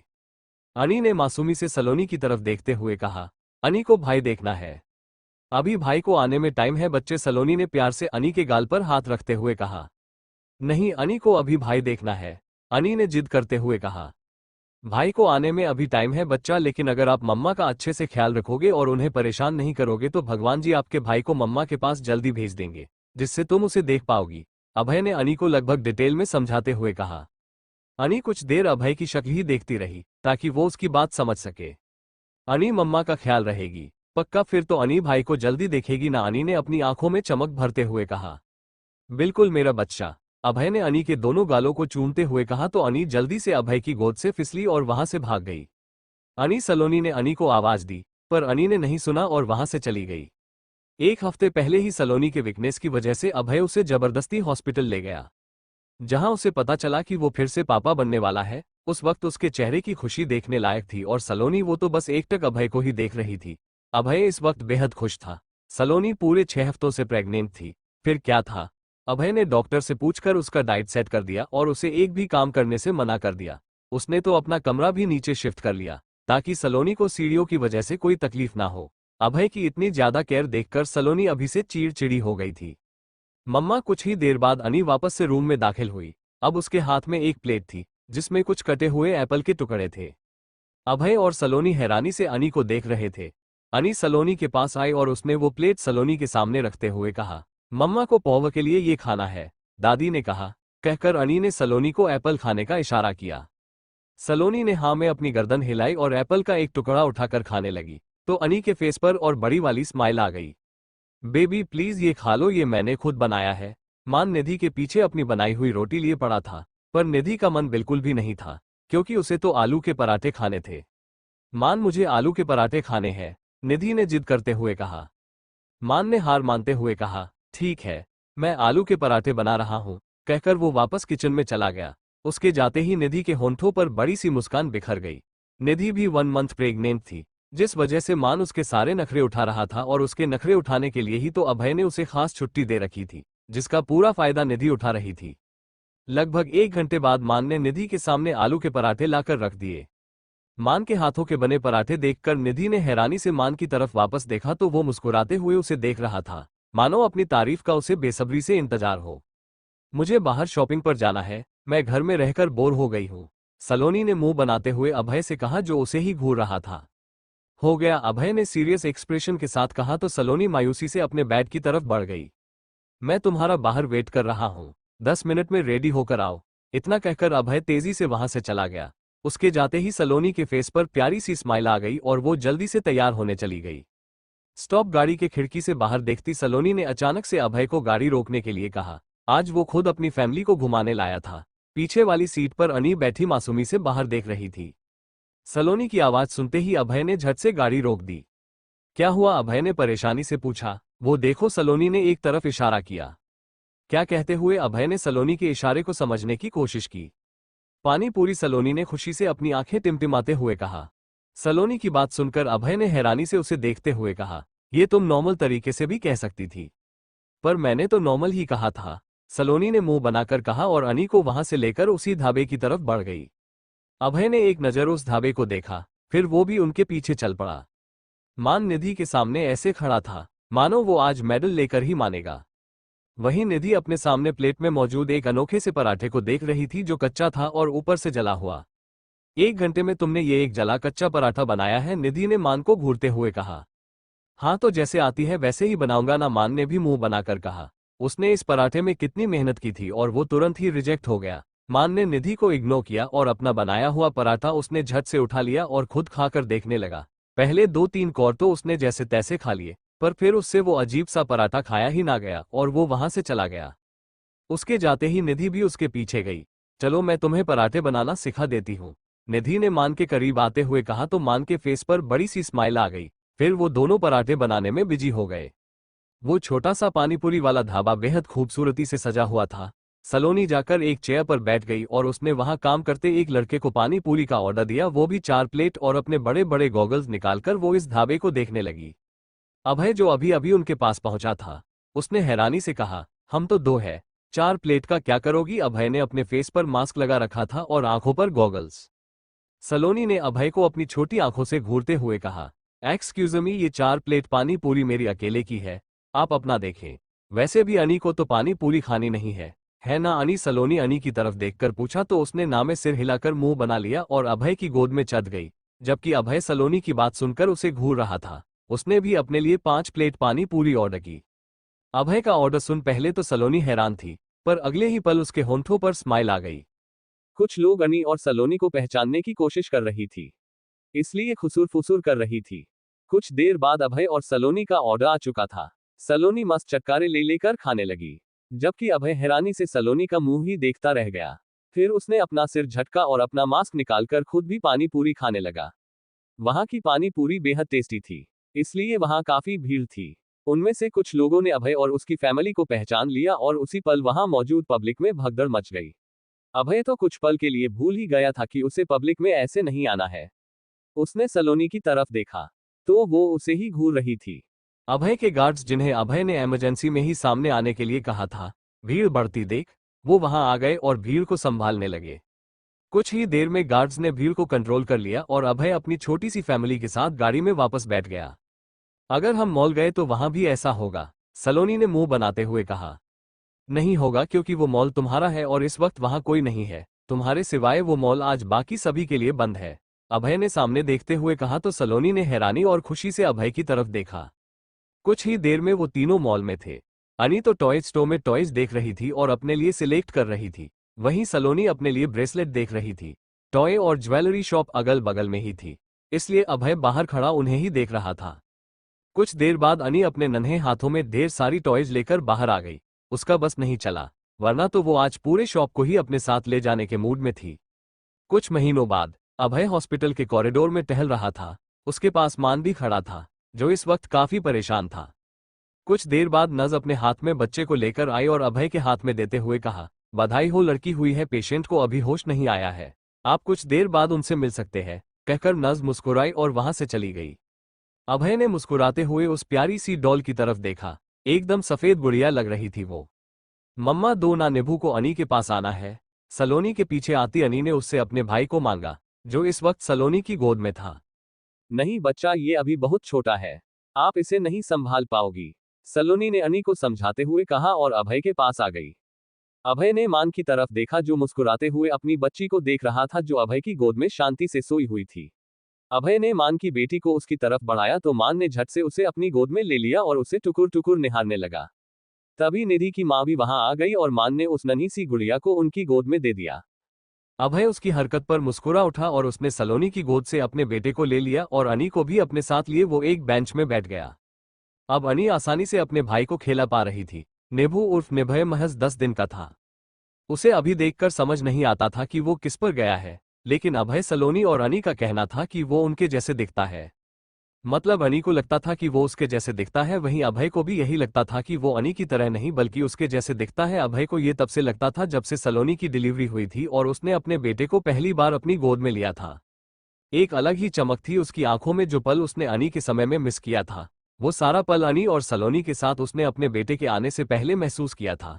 तो सलोनी का कहना था कि वो उन दोनों की तरह नहीं बल्कि अपनी मां की तरह लगता है। इस टॉपिक के बीच में आते ही उन तीनों का मुंह फूलना पक्का है। कुछ देर बाद निधि को होश आया तो मान, निधि की मां और सलोनी उससे मिलने चले गए। अभय भी निधि से मिला और सलोनी के साथ वापस चला गया, जबकि मान और निधि की मां वहीं रुक रहे, क्योंकि निधि को अभी डिस्चार्ज नहीं किया गया था। 6 साल बाद वो एक छोटा सा पार्क था, जहां सलोनी इस वक्त अनी और निभय के साथ आई हुई थी। निभय अपनी दीदी के साथ खेल रहा था। वो स्लाइडिंग के पास गया और सीढ़ियां चढ़ने लगा। देख के निभू, वरना चोट लग जाएगी, अनी ने कहा तो निभू ने अपना सिर हिला दिया। तभी अनी को किसी का धक्का लगा और वो गिर गई। अनी ने अपना फेस ऊपर किया तो सामने एक मोटू सा लड़का खड़ा था। उसने अपना हाथ बढ़ाते हुए कहा, सॉरी। कोई बात नहीं, कहकर अनी उसका हाथ पकड़कर खड़ी हो गई और वो लड़का वहां से चला गया। निभू स्लाइड करके तेजी से अनी के पास आ रहा था, जिस वजह से वो एक बच्ची से टकरा गया और वो दोनों ही रेत पर गिर गए। वो बच्ची जोर से रोने लगी। माही कहते हुए अनी उसके पास पहुंच गई, जबकि उसे देखते निभय भी उसके पास पहुंच गया। निधि और सलोनी जो उनसे कुछ दूर पर खड़ी थी, वो तेजी से उसके पास आए। माही मान और निधि की बेटी थी। सलोनी ने माही को अपनी गोद में उठा लिया और उसे देखने लगी तो उसके घुटने पर हल्की चोट आई थी। निधि ने आगे बढ़कर माही को अपनी गोद में ले लिया और सलोनी निभू के पास आकर उसे भी गोद में उठा लिया और निभू ने झट से अपना हाथ आगे कर दिया, क्योंकि उसके हाथ में हल्की चोट आई थी। सलोनी ने जब निभू की चोट देखी तो वो उसे डांटते हुए बोली, ये क्या बच्चा, आप देखकर नहीं दौड़ सकते थे, आपकी वजह से माही को भी चोट आ गई और आपको भी। निभू ने मायूसी से अपना सिर नीचे कर लिया और सलोनी की गोद से उतरने के लिए कसमसाने लगा। निधि ने उसे नीचे उतारा तो वो भाग गया वहां से। निभू, सलोनी ने उसे आवाज दी पर वो नहीं सुना। सलोनी ने माही के पैर पर दवा लगाते हुए कहा, अब आपको बिल्कुल दर्द नहीं होगा। निभू को दर्द हो रहा है, माही ने अपनी आंखें टिमटिमाते हुए सलोनी से पूछा तो सलोनी ने हल्के से हाँ में अपना सिर हिला दिया। माही भी निभू को दवाई लगाएगी, कहकर उसने अपने नन्हे हाथों से सलोनी के हाथ से वो ट्यूब ले लिया। सलोनी, निधि और अनी मुस्कुराते हुए माही को देखने लगे, जो निभू के पास दवा लेकर जा रही थी। निभू एक तरफ बेंच में मुंह फुलाए बैठा था। तुम मान को यहीं बुला लो, मैं भी अभय को यहीं बुला लेती हूँ, सलोनी ने कहा तो निधि ने मुस्कुराकर हामी भर दी। माही निभय के पास पहुंची तो निभय ने नाराज होते हुए कहा, तू बीच में क्यों आए? माही को निभू के साथ खेलना है ना, माही ने मासूमी से कहा और निभय का हाथ पकड़ लिया। निभय ने कुछ भी नहीं कहा और माही ने उसके हाथ में दवा लगा दी। अब दर्द नहीं होगा, माही ने कहा तो निभय ने उसका हाथ पकड़कर उसे उठाते हुए कहा, चल खेलने। माही खुशी से उसके साथ चल दी। अपने हाथ में मौजूद ट्यूब उसने बेंच पर ही छोड़ दिया और वो दोनों एक दूसरे का हाथ थामे वहां से चले गए। समाप्त।